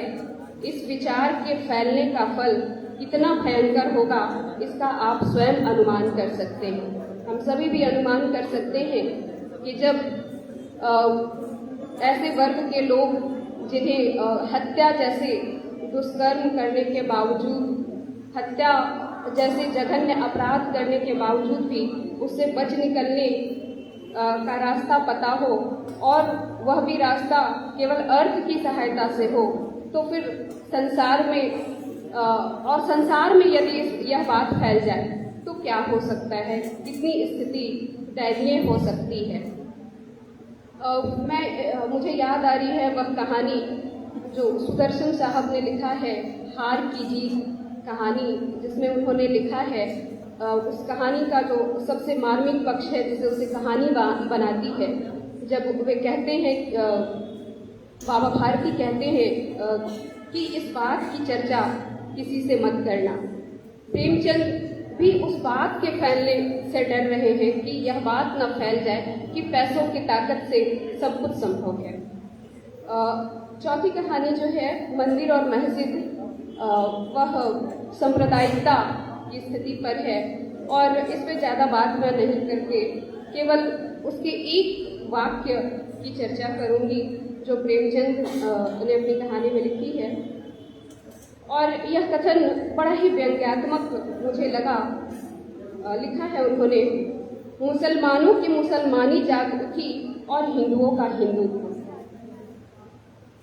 प्रेमचंद मुसलमानों की मुसलमानी जागते हुए नहीं देखना चाहते हैं, ना ही हिंदुओं का हिंदुत्व। वे यदि कुछ जागते देखना चाहते हैं तो दोनों संप्रदायों में इंसानियत, मानवता, ताकि केवल भारत ही नहीं विश्व विजय हो। धन्यवाद।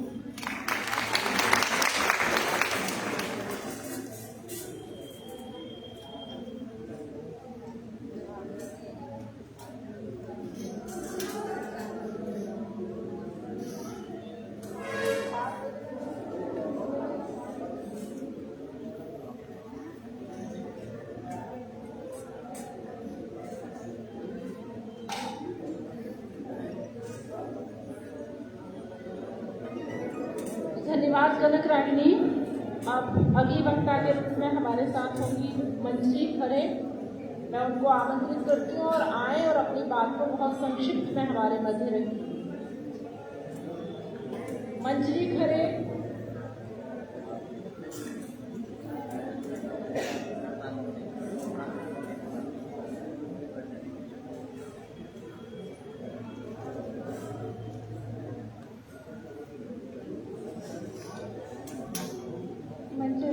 आदरणीय राकेश सर जी, अमृता मैम जी, और यहाँ उपस्थित समस्त शिक्षकों, विद्यार्थियों और छात्रार्थियों, आप सभी को मेरा सादर नमस्कार। मेरे शोध पत्र का शीर्षक है प्रेमचंद की शतकीय कहानियाँ विविध करना। मैं अपनी जो बात रखना चाहती हूँ वो प्रेमचंद की 4 कहानियों, शतरंज के खिलाड़ी, सवा सिर गेहूँ और मंदिर, मस्जिद और निकली के रुपए के में। प्रेमचंद जी के जो नाम है उसको बताने की आवश्यकता नहीं, उनकी लोकप्रियता के विषय में बात करने की आवश्यकता मुझे नहीं लगती, वो पूरे विश्व में जाने जाते हैं। उनकी कहानियों की बात करें, शतरंज के खिलाड़ी, और इन कहानियों पर भी पूर्व के वक्ता ने बहुत अच्छे ढंग से उसकी बारीकियों को उजागर किया है। मैं एक चीज़ उसमें कहना चाहूँगी, क्या चाहूँगी, उसमें कुछ जोड़ना चाहूँगी कि यदि हमारे यहाँ विकृतियाँ हैं तो उसका समाधान भी है। विकृतियों के रूप में हमने देखा कि प्रेमचंद जी समाज से वो केंद्र में रहकर अपनी बात रखते हैं, और यही कारण है कि उनकी भाषा में समाज झलकता है। वो जो लिखते हैं उसमें समाज झलकता है। समाज में केवल विकृतियाँ नहीं हैं, उसमें बहुत से कुछ समाधान भी हैं। शतरंज के खिलाड़ी कहानी में भी जहाँ दोनों नवाब अपनी शान शौकत और विलासिता में डूबे हुए हैं और बड़े तर्क के आधार पर ये बयान करते हैं कि ताज गंजीफा खेलने से हमारे जो दिमागी ताकतें हैं वो और दुरुस्त होती हैं। लेकिन आप देखें तो वहाँ पर वो यह भी दिखाते हैं कहानी के अंत में कि यही दोनों नवाब जो अपनी प्रजा की और स्वयं की चिंता छोड़कर, अपने राजा की चिंता छोड़कर कहानी के अंत में अपनी वीरता का परिचम भी फहराते हैं। दोनों प्राणांत कर लेते हैं शतरंज खेलते खेलते। तो प्रेमचंद यहाँ पर इस कहानी के माध्यम से ये सवाल उठाते हैं कि जिस वीरता का प्रदर्शन, जिस साहस का प्रदर्शन उन्होंने स्वयं के लिए किया, स्वयं के अहित के लिए किया, क्या वे अपने राजा के लिए नहीं कर सकते थे? क्या उन्हें अपने प्रजा से कोई सरोकार नहीं था? क्या इस वीरता का प्रदर्शन वो अपने राजा को बचाने में नहीं कर सकते थे? निसंदेह वो कर सकते थे, लेकिन इस पर एक स्वार्थ का निजी आवरण चढ़ा हुआ है, जिसके कारण वो अपने ही स्वार्थ और अपने ही विलासिता में ही डूबे रह गए। इस कहानी के माध्यम से भी प्रेमचंद जी हमें बड़ी प्रेरणा देते हैं कि हमें अपने निजी स्वार्थों को अपने प्रजा से, अपने देश से ऊपर रखना चाहिए। उनकी एक कहानी है मंदिर और मस्जिद। मंदिर और मस्जिद कहानी में भी आप देखें कि इसमें सांप्रदायिकता की बात उठाई गई है और बड़े ही कह सकते हैं कि मार्मिक ढंग से बात उठाई गई है, क्योंकि जिस तरह का माहौल उन्होंने दिखाया है 100 साल पहले, उसके कारण बहुत हद तक आज का वातावरण भी बहुत गंभीर हो जाया करता है, जिसके कारण हम सभी उससे प्रभावित होते हैं। इस कहानी के विषय में भी काफ़ी चर्चा हो चुकी है, लेकिन मैं इसका एक कथन जो इनके मुख्य पात्र चौधरी इतर अली हैं उनका कहना चाहूँगी कि वो कहते हैं कि जिस जुर्म के लिए हिंदू के लिए सजा है, क्या वही मुस्लिम के लिए नहीं है? और कौम को अपमानित करने का हक किसी को नहीं है। इस तरह की वो बात जो कहते हैं वो अपने धर्म के लिए ही नहीं है, वो गैर धर्मों के लिए, और वो जिस धर्म के हैं उस धर्म से इतर भी जाकर अपनी उदारता, मनस्विता प्रकट करते हैं। जो सबसे बड़ी बात है कि हमें अपने धर्म को मनुष्यता का धर्म बनाना चाहिए, मानवता का धर्म बनाना चाहिए। हमारा धर्म, हमारी भारतीय संस्कृति भी यही सिखाती है कि हमें अपनी मूल धर्म को पहचानना चाहिए, न कि अपने आपसी संप्रदायों को देखकर एक दूसरे का अहित करना चाहिए। इस कहानी में भी आप एक चीज़ मुझे जो नज़र आई, जो पूर्व के वक्ताओं से शायद छूट गई, कि इसमें रईसी, इन दो कहानियों शतरंज के खिलाड़ी और मंदिर मस्जिद, रईसी का भी अंतर प्रेमचंद जी बहुत बखूबी उजागर करते हैं।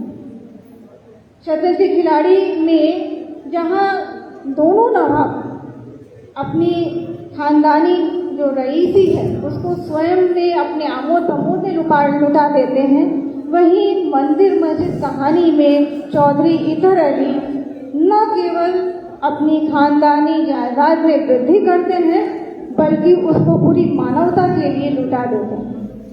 हर पल उनका तन मन धन से वो पूरे देशवासियों की सहायता करते हैं, जिसके कारण हमें पता चलता है कि रईसी केवल आर्थिक संपदा नहीं है, रईसी हमारे मन की भी संपदा है कि हम मन से कितना समृद्ध हैं, मन से हम कितना उन्नत हैं, कितने उदार हैं।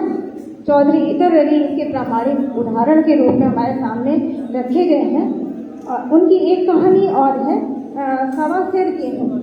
इस कहानी में भी आप देखें तो इसमें एक जो बात कही गई है कि धर्म को लेकर जो विश्वास, आस्था है वो उस कहानी में उस पात्र शंकर के माध्यम से दर्शाया गया है।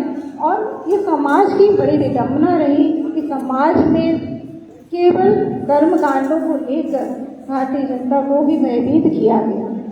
शंकर इस ब्राह्मण की बात से भयभीत भी होता है और प्रेमचंद इसका चिंता भी व्यक्त करते हैं कि उसके जैसे जो शंकर जैसे जो कर्ज में डूबे हुए प्राणी हैं, क्या उनका उद्धार कभी होगा भी या नहीं होगा। इस विषय पर वो एक प्रश्न चिन्ह कहानी में छोड़ जाते हैं कि आज भी जो हमारे बहुत से ऐसे निम्न वर्ग हैं जिनका कई बदले स्वरूपों में शोषण होता रहता है, क्या वे उससे मुक्त हो पाएंगे? क्या अगले जन्म तक वे अपने कर्जे में उसे लादे हुए ले जाएंगे? उनकी एक कहानी डिग्री के रुपए में भी उन्होंने बड़ी सुंदर बात कही है कि मित्रता आखिर होनी कैसे चाहिए। मित्रता के रूप में उन्होंने नई और के माध्यम से जो मित्रता दिखाई है वो आदरणीय और प्रशंसनीय है कि दोनों अलग अलग वर्गों के कारण दोनों अलग अलग वर्ण, एक उच्च वर्ग है एक निम्न वर्ग है, लेकिन फिर भी उनके बीच में मित्रता के रूप में अर्थ कहीं नहीं आता। और ये सच्चा विश्वास है, और ये विश्वास मित्रता का मूल्य, विश्वास का मूल्य हम मंदिर मस्जिद कहानी में भी देखते हैं कि चौधरी इतर अली और उनके सेवक के बीच में इतना विश्वास है कि चौधरी इतर अली को ये कहना पड़ता है कि अगर मेरे साथ मेरा नौकर हो तो मैं दुश्मन के द्वार पे भी लेट के सो सकता हूँ। मुझे उस पर इतना विश्वास है कि वो मेरी रक्षा करेगा ही करेगा।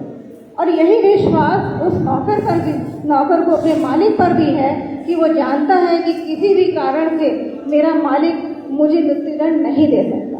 और वो इसीलिए वो कहता भी है कि हे मालिक, आप मेरा गला नहीं काट सकते क्योंकि मैं आपके द्वारा पालित हूँ। मैं पालित हूँ इसलिए मैं आपके द्वारा नहीं मारा जा सकता। आप कल सुबह मेरे घर भेजकर मेरा सिर मंगवा लीजिए। इतना विश्वास उसके ऊपर, उन दोनों के ऊपर। तो प्रेमचंद जो अपनी बातें रखते हैं उसमें सामाजिक विकृतियाँ भी दर्शाते हैं, साथ में समाधान भी दर्शाते हैं कि हम जिस दौर में जी रहे हैं उसमें भी अपनी मित्रता, विश्वास, आस्था, इन मूल्यों को बनाकर चलें। यही हमारे वर्तमान जीवन के लिए भी एक उचित दिशा निर्देश भी होगा और उनकी इन काल्पनिक कहानियों के लिए भी सच्ची कह सकते हैं वो हमें प्रेरणा देती रहेंगी और प्रासंगिक भी बनी रहेंगी। आप लोगों ने इतने धैर्य से मुझे सुना, इसके लिए मैं बहुत बहुत आभारी हूँ। धन्यवाद।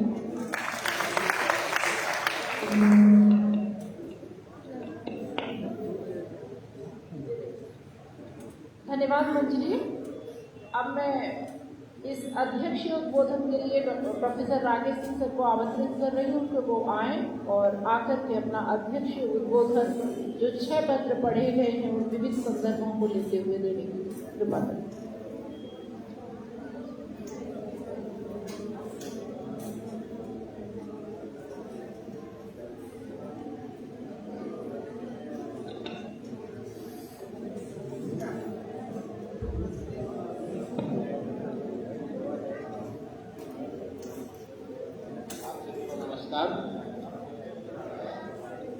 दो दिन से चल रहे इस सेमिनार के शोध पत्र वाचन सत्र में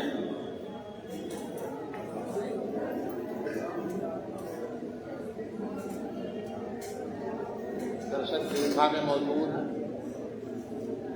देश के कुछ प्रमुख विद्वान जिन्हें हिंदी जगत और गैर हिंदी क्षेत्र में भी जिनकी आलोचनाओं, जिनकी कहानियों, जिनकी कथाओं को सुनने के लिए, पढ़ने के लिए लोग लालायित रहते हैं।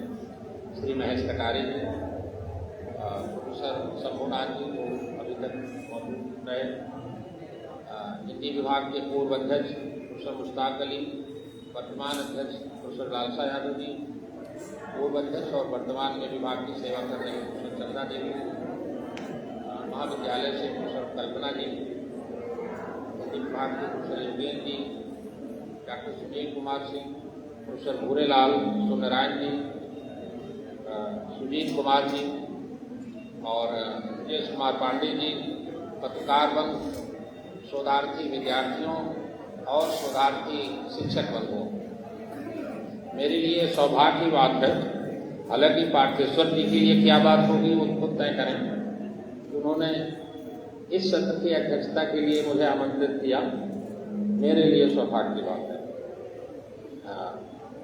इसमें कुल 6 शोध पत्रों का वाचन हुआ। सबसे पहले तो मैं बता दूं कि मैं इस माइक से बोले गए पत्रों के वाचन को पूरी तरह सुनने की समस्या से ग्रस्त था। मुझे लगता है इस हाल में और तमाम असुविधाओं में एक जो सबसे बड़ी असुविधा है वो माइक की है। श्रोताओं को सामने बैठे दर्शक दीर्घा में कितना सुनाई पड़ा मैं नहीं जानता, लेकिन निश्चित रूप से यह माइक मंचासीन अतिथियों के प्रति कतई उदार नहीं है। मैं जो भी सुन पाया हूं और सुनने के आधार पर जो समझ पाया हूं और कुछ अनुमान से शोधार्थी जो भी शोधार्थी शिक्षकगण अपना पत्र वाचन किए हैं उस पर जो भी मेरी दृष्टि पहुंची है उसका निवेदन करता हूं। और मैं शुरू करता हूं आखिरी आलेख से। प्रेमचंद की सच्ची कहानियां, विविध संदर्भ, डॉक्टर मंजरी खरे, सहायक आचार्य, ललित नारायण मिथिला विश्वविद्यालय दरभंगा बिहार। जब इसके शीर्षक पर हम जाते हैं तो सहज ही शतकी से आशय 100 से नहीं है, 100 वर्ष से है, मात्र संख्या नहीं 100 वर्ष से है। प्रेमचंद की 100 वर्ष पूर्व लिखी गई कहानियों से।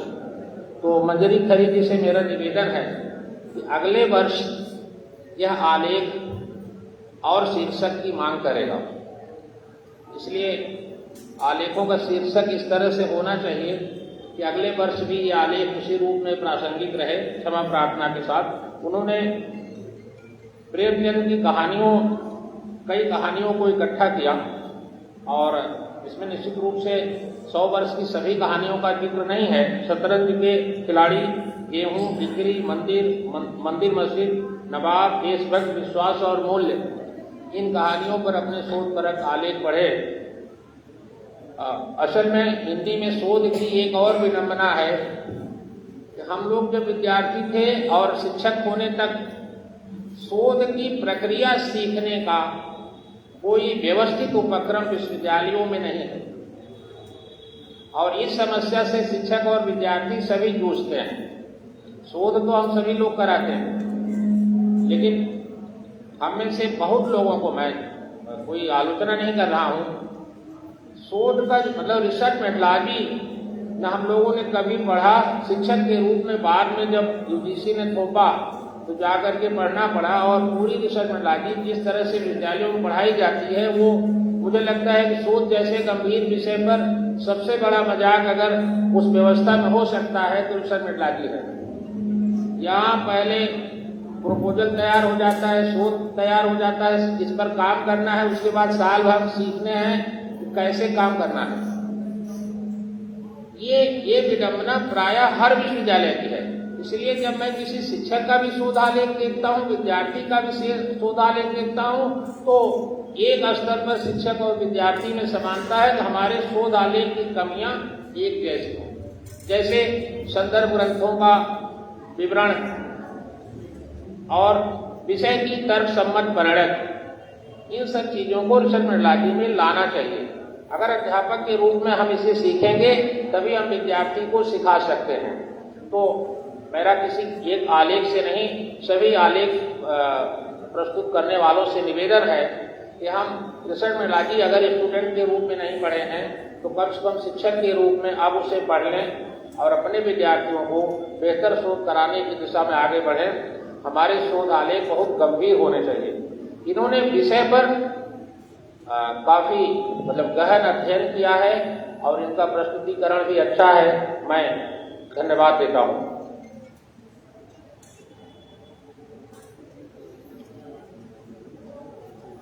इसके बाद 5वां आलेख जो था, 100 साल बाद शतरंज के खिलाड़ी, 1.25 सेर गेहूं, डिग्री के रुपए, मंदिर और मस्जिद, कनक तिवारी जी का था।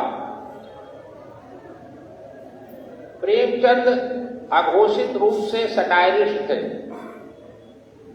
हिंदी के जो सबसे बड़े व्यंग्यकार हैं उसमें प्रेमचंद अघोषित रूप से उन व्यंग्यकारों की पंक्ति में है। उनकी कहानियां पढ़िए, उनकी सबसे रोचक कहानियां व्यंग्य के रूप में है। अगर हम कफन में सटायर नहीं खोजते, सवा शेर गेहूं शतरंज के खिलाड़ी में सटायर नहीं खोजते, तो केवल हरिशंकर परसाई और शरद जोशी में सटायर खोज करके हम हिंदी व्यंग्य साहित्य के साथ न्याय नहीं कर पाएंगे। उन्होंने अपने आलेख में दिखाया कि जहां बिना कोई युद्ध लड़े देश गुलाम हो जाता है, जहां विलासिता के दौर में वह समय समाज डूबा हुआ था, सर्वत्र विलासिता थी, उस बात को शतरंज के खिलाड़ी में व्यंग्य के माध्यम से व्यक्त किया जाता है। और एक किस्म का यह उस दौर का कोई आर्थिक भ्रष्टाचार शोध आलोक में नहीं है, और न ही शतरंज का खिलाड़ी किसी आर्थिक भ्रष्टाचार की बात करता है।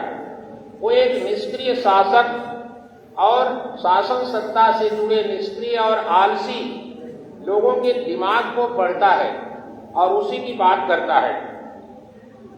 अगर आज देखा जाए तो आर्थिक भ्रष्टाचार से कम महत्वपूर्ण वह निष्क्रिय शासन और निष्क्रिय सत्ता नहीं है।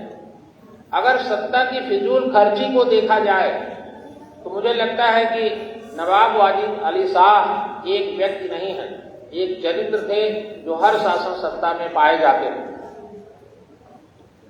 अभी एक अर्थशास्त्री ने तो यहां तक कह डाला कि आर्थिक भ्रष्टाचार तीव्र विकास का एक कारक है, एकमात्र कारक नहीं। आर्थिक भ्रष्टाचार तीव्र विकास का एक कारक है, यानी कारण है। और जापान जैसे देशों की इकोनॉमी का अध्ययन करके उन्होंने सिद्ध किया कि भ्रष्टाचार तेज गति से विकास का एक कारण हो सकता है। इस तरह भ्रष्टाचार को जस्टिफाई किया गया और तीव्र विकास के जो परिणाम है उस पर कोई नजर उनकी नहीं पड़ी। तीव्र विकास का परिणाम हमारे शॉपिंग मॉल चिल्ला के बता रहे हैं। तीव्र विकास का परिणाम हुआ कि एक शॉपिंग मॉल ने कम से कम 200 छोटे दुकानदारों को बेरोजगार कर दिया। पूरी बाजारवाद की संस्कृति जो आज है वो शतरंज के खिलाड़ी में प्रकार किसी न किसी रूप में आई है। इस आलेख पर और बात नहीं करनी है। इसके बाद चौथा आलेख है डॉक्टर जनार्दन जी का, जो करबला नाटक के ऐतिहासिक संदर्भ को अरब और भारत के संदर्भ में जोड़ते हैं। और उनका कहना है कि 1857 को एक वो बैरियर मानते हैं कि 1857 के समय जो भारतीय समाज था और पूरी तरह अंग्रेजी शासन स्थापित होने के बाद हिंदू मुस्लिम के बीच विभाजन की एक जबरदस्त कोशिश होती है और वो 20वीं शताब्दी में आकर सतह पर उतर आती है। उनके आलेख से मैंने इतना ही जाना, समझा और सीखा। तीसरा आलेख है डॉक्टर हिमांशुधर त्रिपाठी का, राष्ट्रीय जागरण का सवाल और रंगभूमि। इस आलेख से मेरे मन में कुछ प्रश्न आए जो मैं विद्वान अभिमुख श्रोताओं के समक्ष रखना चाहता हूं। क्या विदेशी शासन से मुक्ति का भाव ही एकमात्र राष्ट्रीय जागरण है? अगर विदेशी शासन से मुक्ति हो जाए और हमारी जीवन की सहूलियतों में स्वदेशी शासन से कोई बदलाव न आए, क्या विदेशी शासन से मुक्ति ही एकमात्र राष्ट्रीय जागरण है?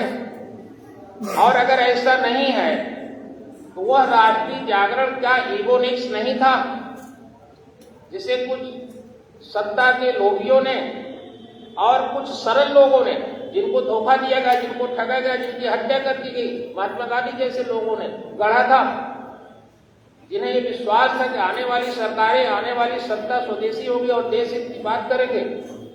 क्या ये ईगोनिक्स नहीं था? राष्ट्रीय जागरण हिंदुस्तान के संदर्भ में एक ईगोनिक्स बन के रह गया।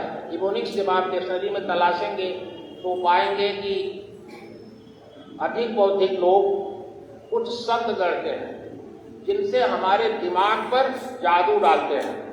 जैसे अंग्रेजों ने गढ़ा व्हाइट मैन बर्डनशिप, गोरे लोगों के ऊपर ये बर्डन है, उनकी जिम्मेदारी है पूरी दुनिया को सभ्य बनाएं।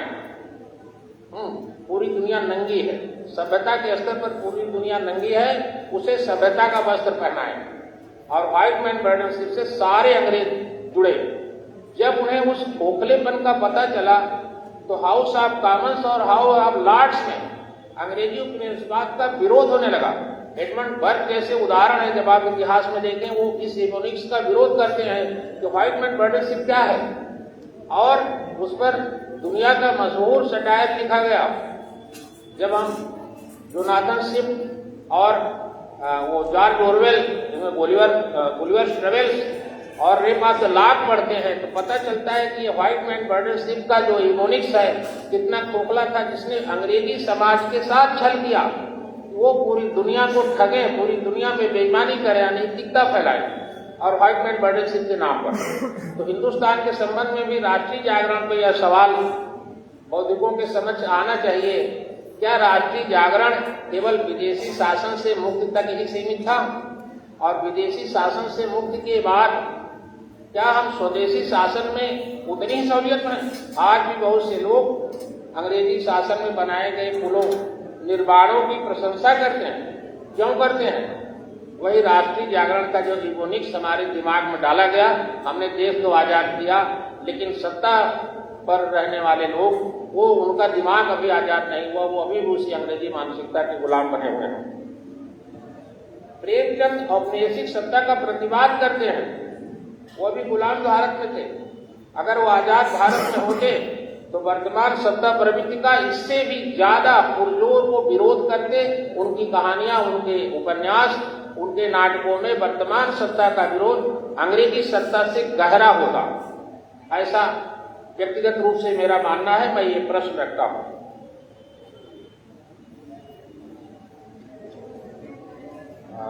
दूसरा आलेख है रमेश चंद्र सोनी का, शतरंज के खिलाड़ी और सवा सेर गेहूं के 100 साल। जो शतरंज के खिलाड़ी राजा, ये भी, यह आलेख भी लगभग इसी तरह से जो सामंती मानसिकता से उपजी जो एक किस्म का आलस्य और स्वसुखीपात थी, उसको एक व्यंग के रूप में प्रेमचंद व्याख्यायित करते हैं। और सवा सेर गेहूं तत्कालिक समाज में होने वाले शोषण की कहानी है। अब सवा सेर गेहूं की समस्या नहीं है, सरकार चिल्ला चिल्ला करे हम 80 करोड़ लोगों का पेट भर रहे हैं और देश में हम दुनिया के लगभग तीसरे नंबर पर हम विकास में पहुंच चुके हैं, लगभग विकसित हो चुके हैं। हमें लगता है जिस दिन देश के 150 करोड़ लोगों को गेहूं देने लगेंगे उस दिन हम लोग विकसित हो जाएंगे। जिस देश में 80 करोड़ लोग सरकारी भोजन कर रहे हों, उस देश को विकसित कैसे कहा जा सकता है? और हम उसे विकसित होने के एकदम करीब पहुंच चुके, कगार पर पहुंच चुके हैं। जैसे दारागंज में जब बाढ़ में कगार आती है तो हम विकसित होने के लगभग कगार पर पहुंच चुके हैं। अब देखिए, मैं एक बहुत व्यक्तिगत उदाहरण दूं जो इस कहानी से जुड़ा हुआ नहीं है। मेरे एक मित्र हैं, उन्होंने 1.5 करोड़ रुपए का लोन लिया है और एक फ्लैट लिया है किराए पर। तो मैंने पूछा कि इस फ्लैट के लिए आप मंथली इंस्टॉलमेंट बैंक को कितना देते हैं? उन्होंने कहा कि 1,26,000 कुछ रुपए। हमने कहा इस फ्लैट का किराया कितना आता है? उन्होंने कहा इस फ्लैट का किराया 48,000 रुपए आता है और हाउस टैक्स मुझे बाद में देना पड़ता है। हमने कहा 1,26,000 में इंटरेस्ट कितना है? उन्होंने कहा 1,26,000 में अबाउट 2/3 इंटरेस्ट है, अबाउट 1/3 मूलधन है। और जब पूरा हिसाब जोड़ा गया तो वो अपनी पूरी कमाई का, मतलब जो लोन है इसका 3 गुना बैंक को देंगे। सवा सेर गेहूं से कम शोषण ये नहीं है। जब भी कोई बैंक से कर्ज लेता है लगभग 3 गुना देता है। भारतीय बीमा कंपनियों की हालत यह है कि जब लातूर में भूकंप आया और कई हजार लोग मर गए तो बीमा कंपनियों ने कहा कि हम भुगतान नहीं करेंगे। बीमा कंपनियों से ज्यादा हरामखोर तो कोई बैंक है ही नहीं।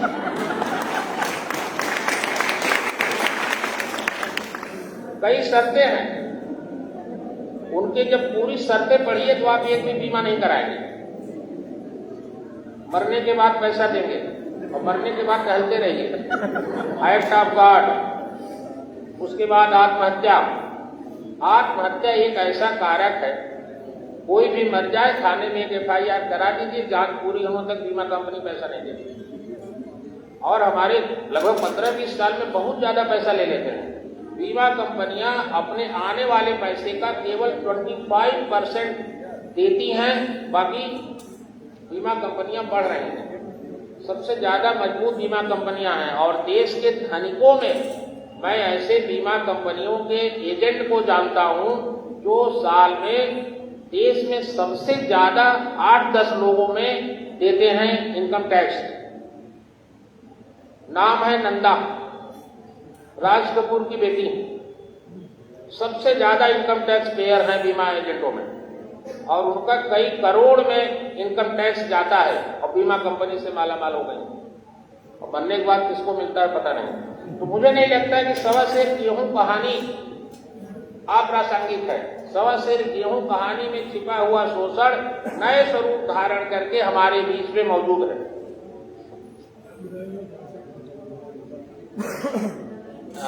पहला आलेख था अंकिता तिवारी का, महत्वपूर्ण आलेख है। उन्होंने रंगभूमि नाटक उपन्यास की जो पृष्ठभूमि बताई कि भारत में औद्योगिकरण से जो परिस्थितियां उपजी और यूरोप में जो प्रबोधन हुआ उसका उन्होंने कारण बताया कि उसके कारण उपनिवेशवाद आया।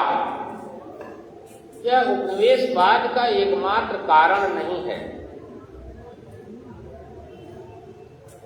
ठीक है, यूरोप में विज्ञान और तकनीक के प्रभाव से औद्योगिकरण आया और औद्योगिकरण और व्यापार दोनों समानांतर रूप से चलने वाली प्रक्रिया थी। और अगर 15वीं शताब्दी के बाद व्यापार की स्थिति देखें, जिससे पहले भी व्यापार था और बहुत संपन्न अर्थव्यवस्था और सभ्यताएं थी, लेकिन औपनिवेशवाद नहीं था। औपनिवेशवाद एक तमाम दूसरी स्थितियों से भी जुड़ा था जो केवल औद्योगिकरण से नहीं था। मैं विचारकों के सामने प्रश्नवाचक रखता हूं। केवल औद्योगिकरण औपनिवेशवाद का कारण नहीं था। औपनिवेशवाद का कारण उस अंग्रेजी समाज का विचलन था।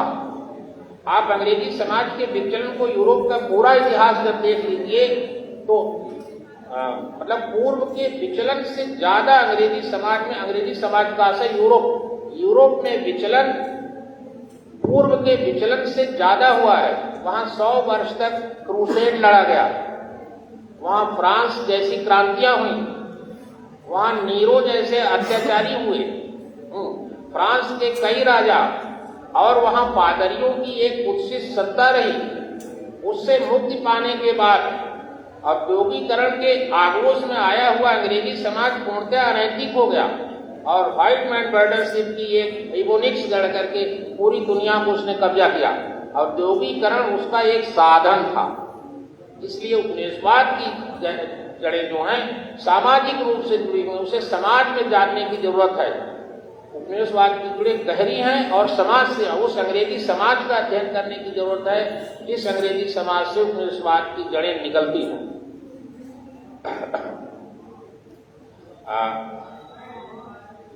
ये सवाल कि अंग्रेजों के कारण भारत में आधुनिकता की शुरुआत हुई, ये सवाल वैसे ही है जैसे हम लोग स्नातक की कक्षाओं में आचार्य राजेंद्र शुक्ल की इतिहास की अवधारणा को पढ़ते हैं और जिसमें ये होता है कि मुसलमानों के आने के कारण यहाँ पर भक्ति काल आया।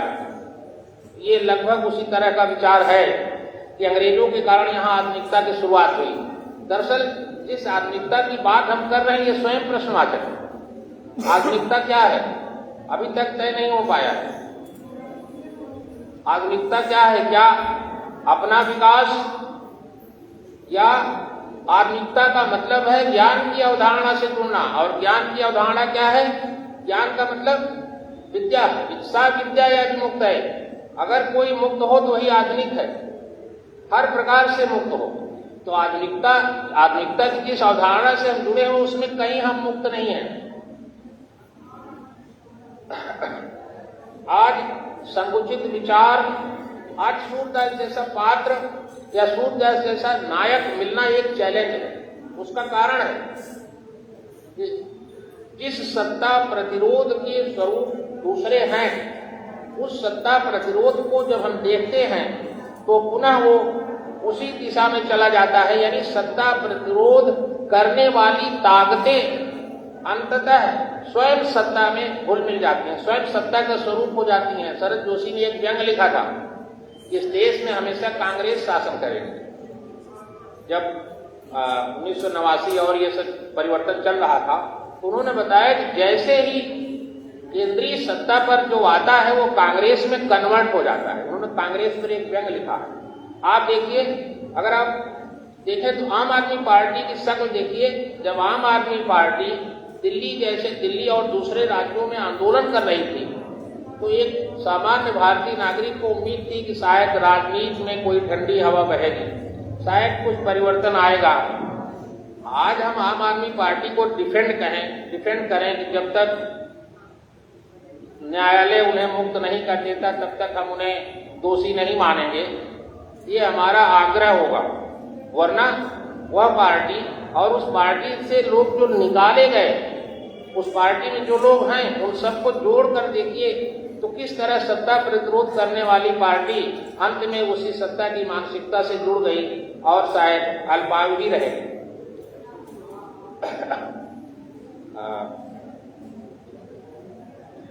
एक पुस्तक है जिसको इगोर गुजेनको ने लिखा था, द फॉल ऑफ टाइटन।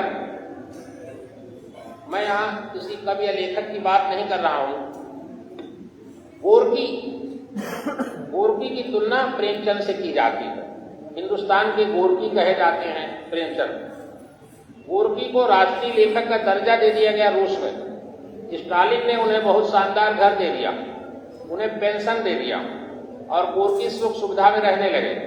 और स्टालिन जब किसी प्रकार की क्रांति, किसी प्रतिरोध को दबाते थे तो गोरकी कहते थे, मैक्सिम गोरकी, कि विकास की प्रक्रिया में कुछ नुकसान होता है। और गोरकी डिफेंड करने लगे। तब इगोर ने लिखा कि फॉल ऑफ द टाइटन। जब फॉल ऑफ द टाइटन लिखा, प्रकाशित हुई, तो उस बेचारे की मृत्यु अमेरिका में निर्वासित दशा में हुई। तो सत्ता हमारे मस्तिष्कों को, हमारी सोच को खरीद लेती है और फिर वो वह गुनाह करती है, वह गुनाह हमसे करवाती है जिससे हम मुक्त नहीं हो पाते। आज प्रेमचंद की जरूरत इसीलिए महसूस होती है कि आज प्रेमचंद होते तो सत्ता के उस नकदंत को पहचानते और हमें बताते कि 1.25 सेर गेहूं आज भी मौजूद है। सभी आलेख बहुत अच्छे हैं, प्रयास अच्छा है और मैं उम्मीद करता हूं कि और बेहतर आलेख राष्ट्रीय और अंतर्राष्ट्रीय स्तर का वो लिखेंगे। मेरी जो समझ थी वो मैंने आपके साथ शेयर किया। धन्यवाद।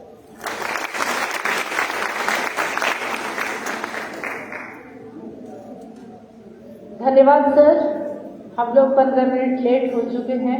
अगला सत्र शुरू होना है, भोजन होना है इस बीच में। लेकिन एक जरूरी सूचना, 1.25 सेर गेहूं का नाट्य मंचन होगा 5:15 से। बरगद कला मंच के विद्यार्थी करेंगे।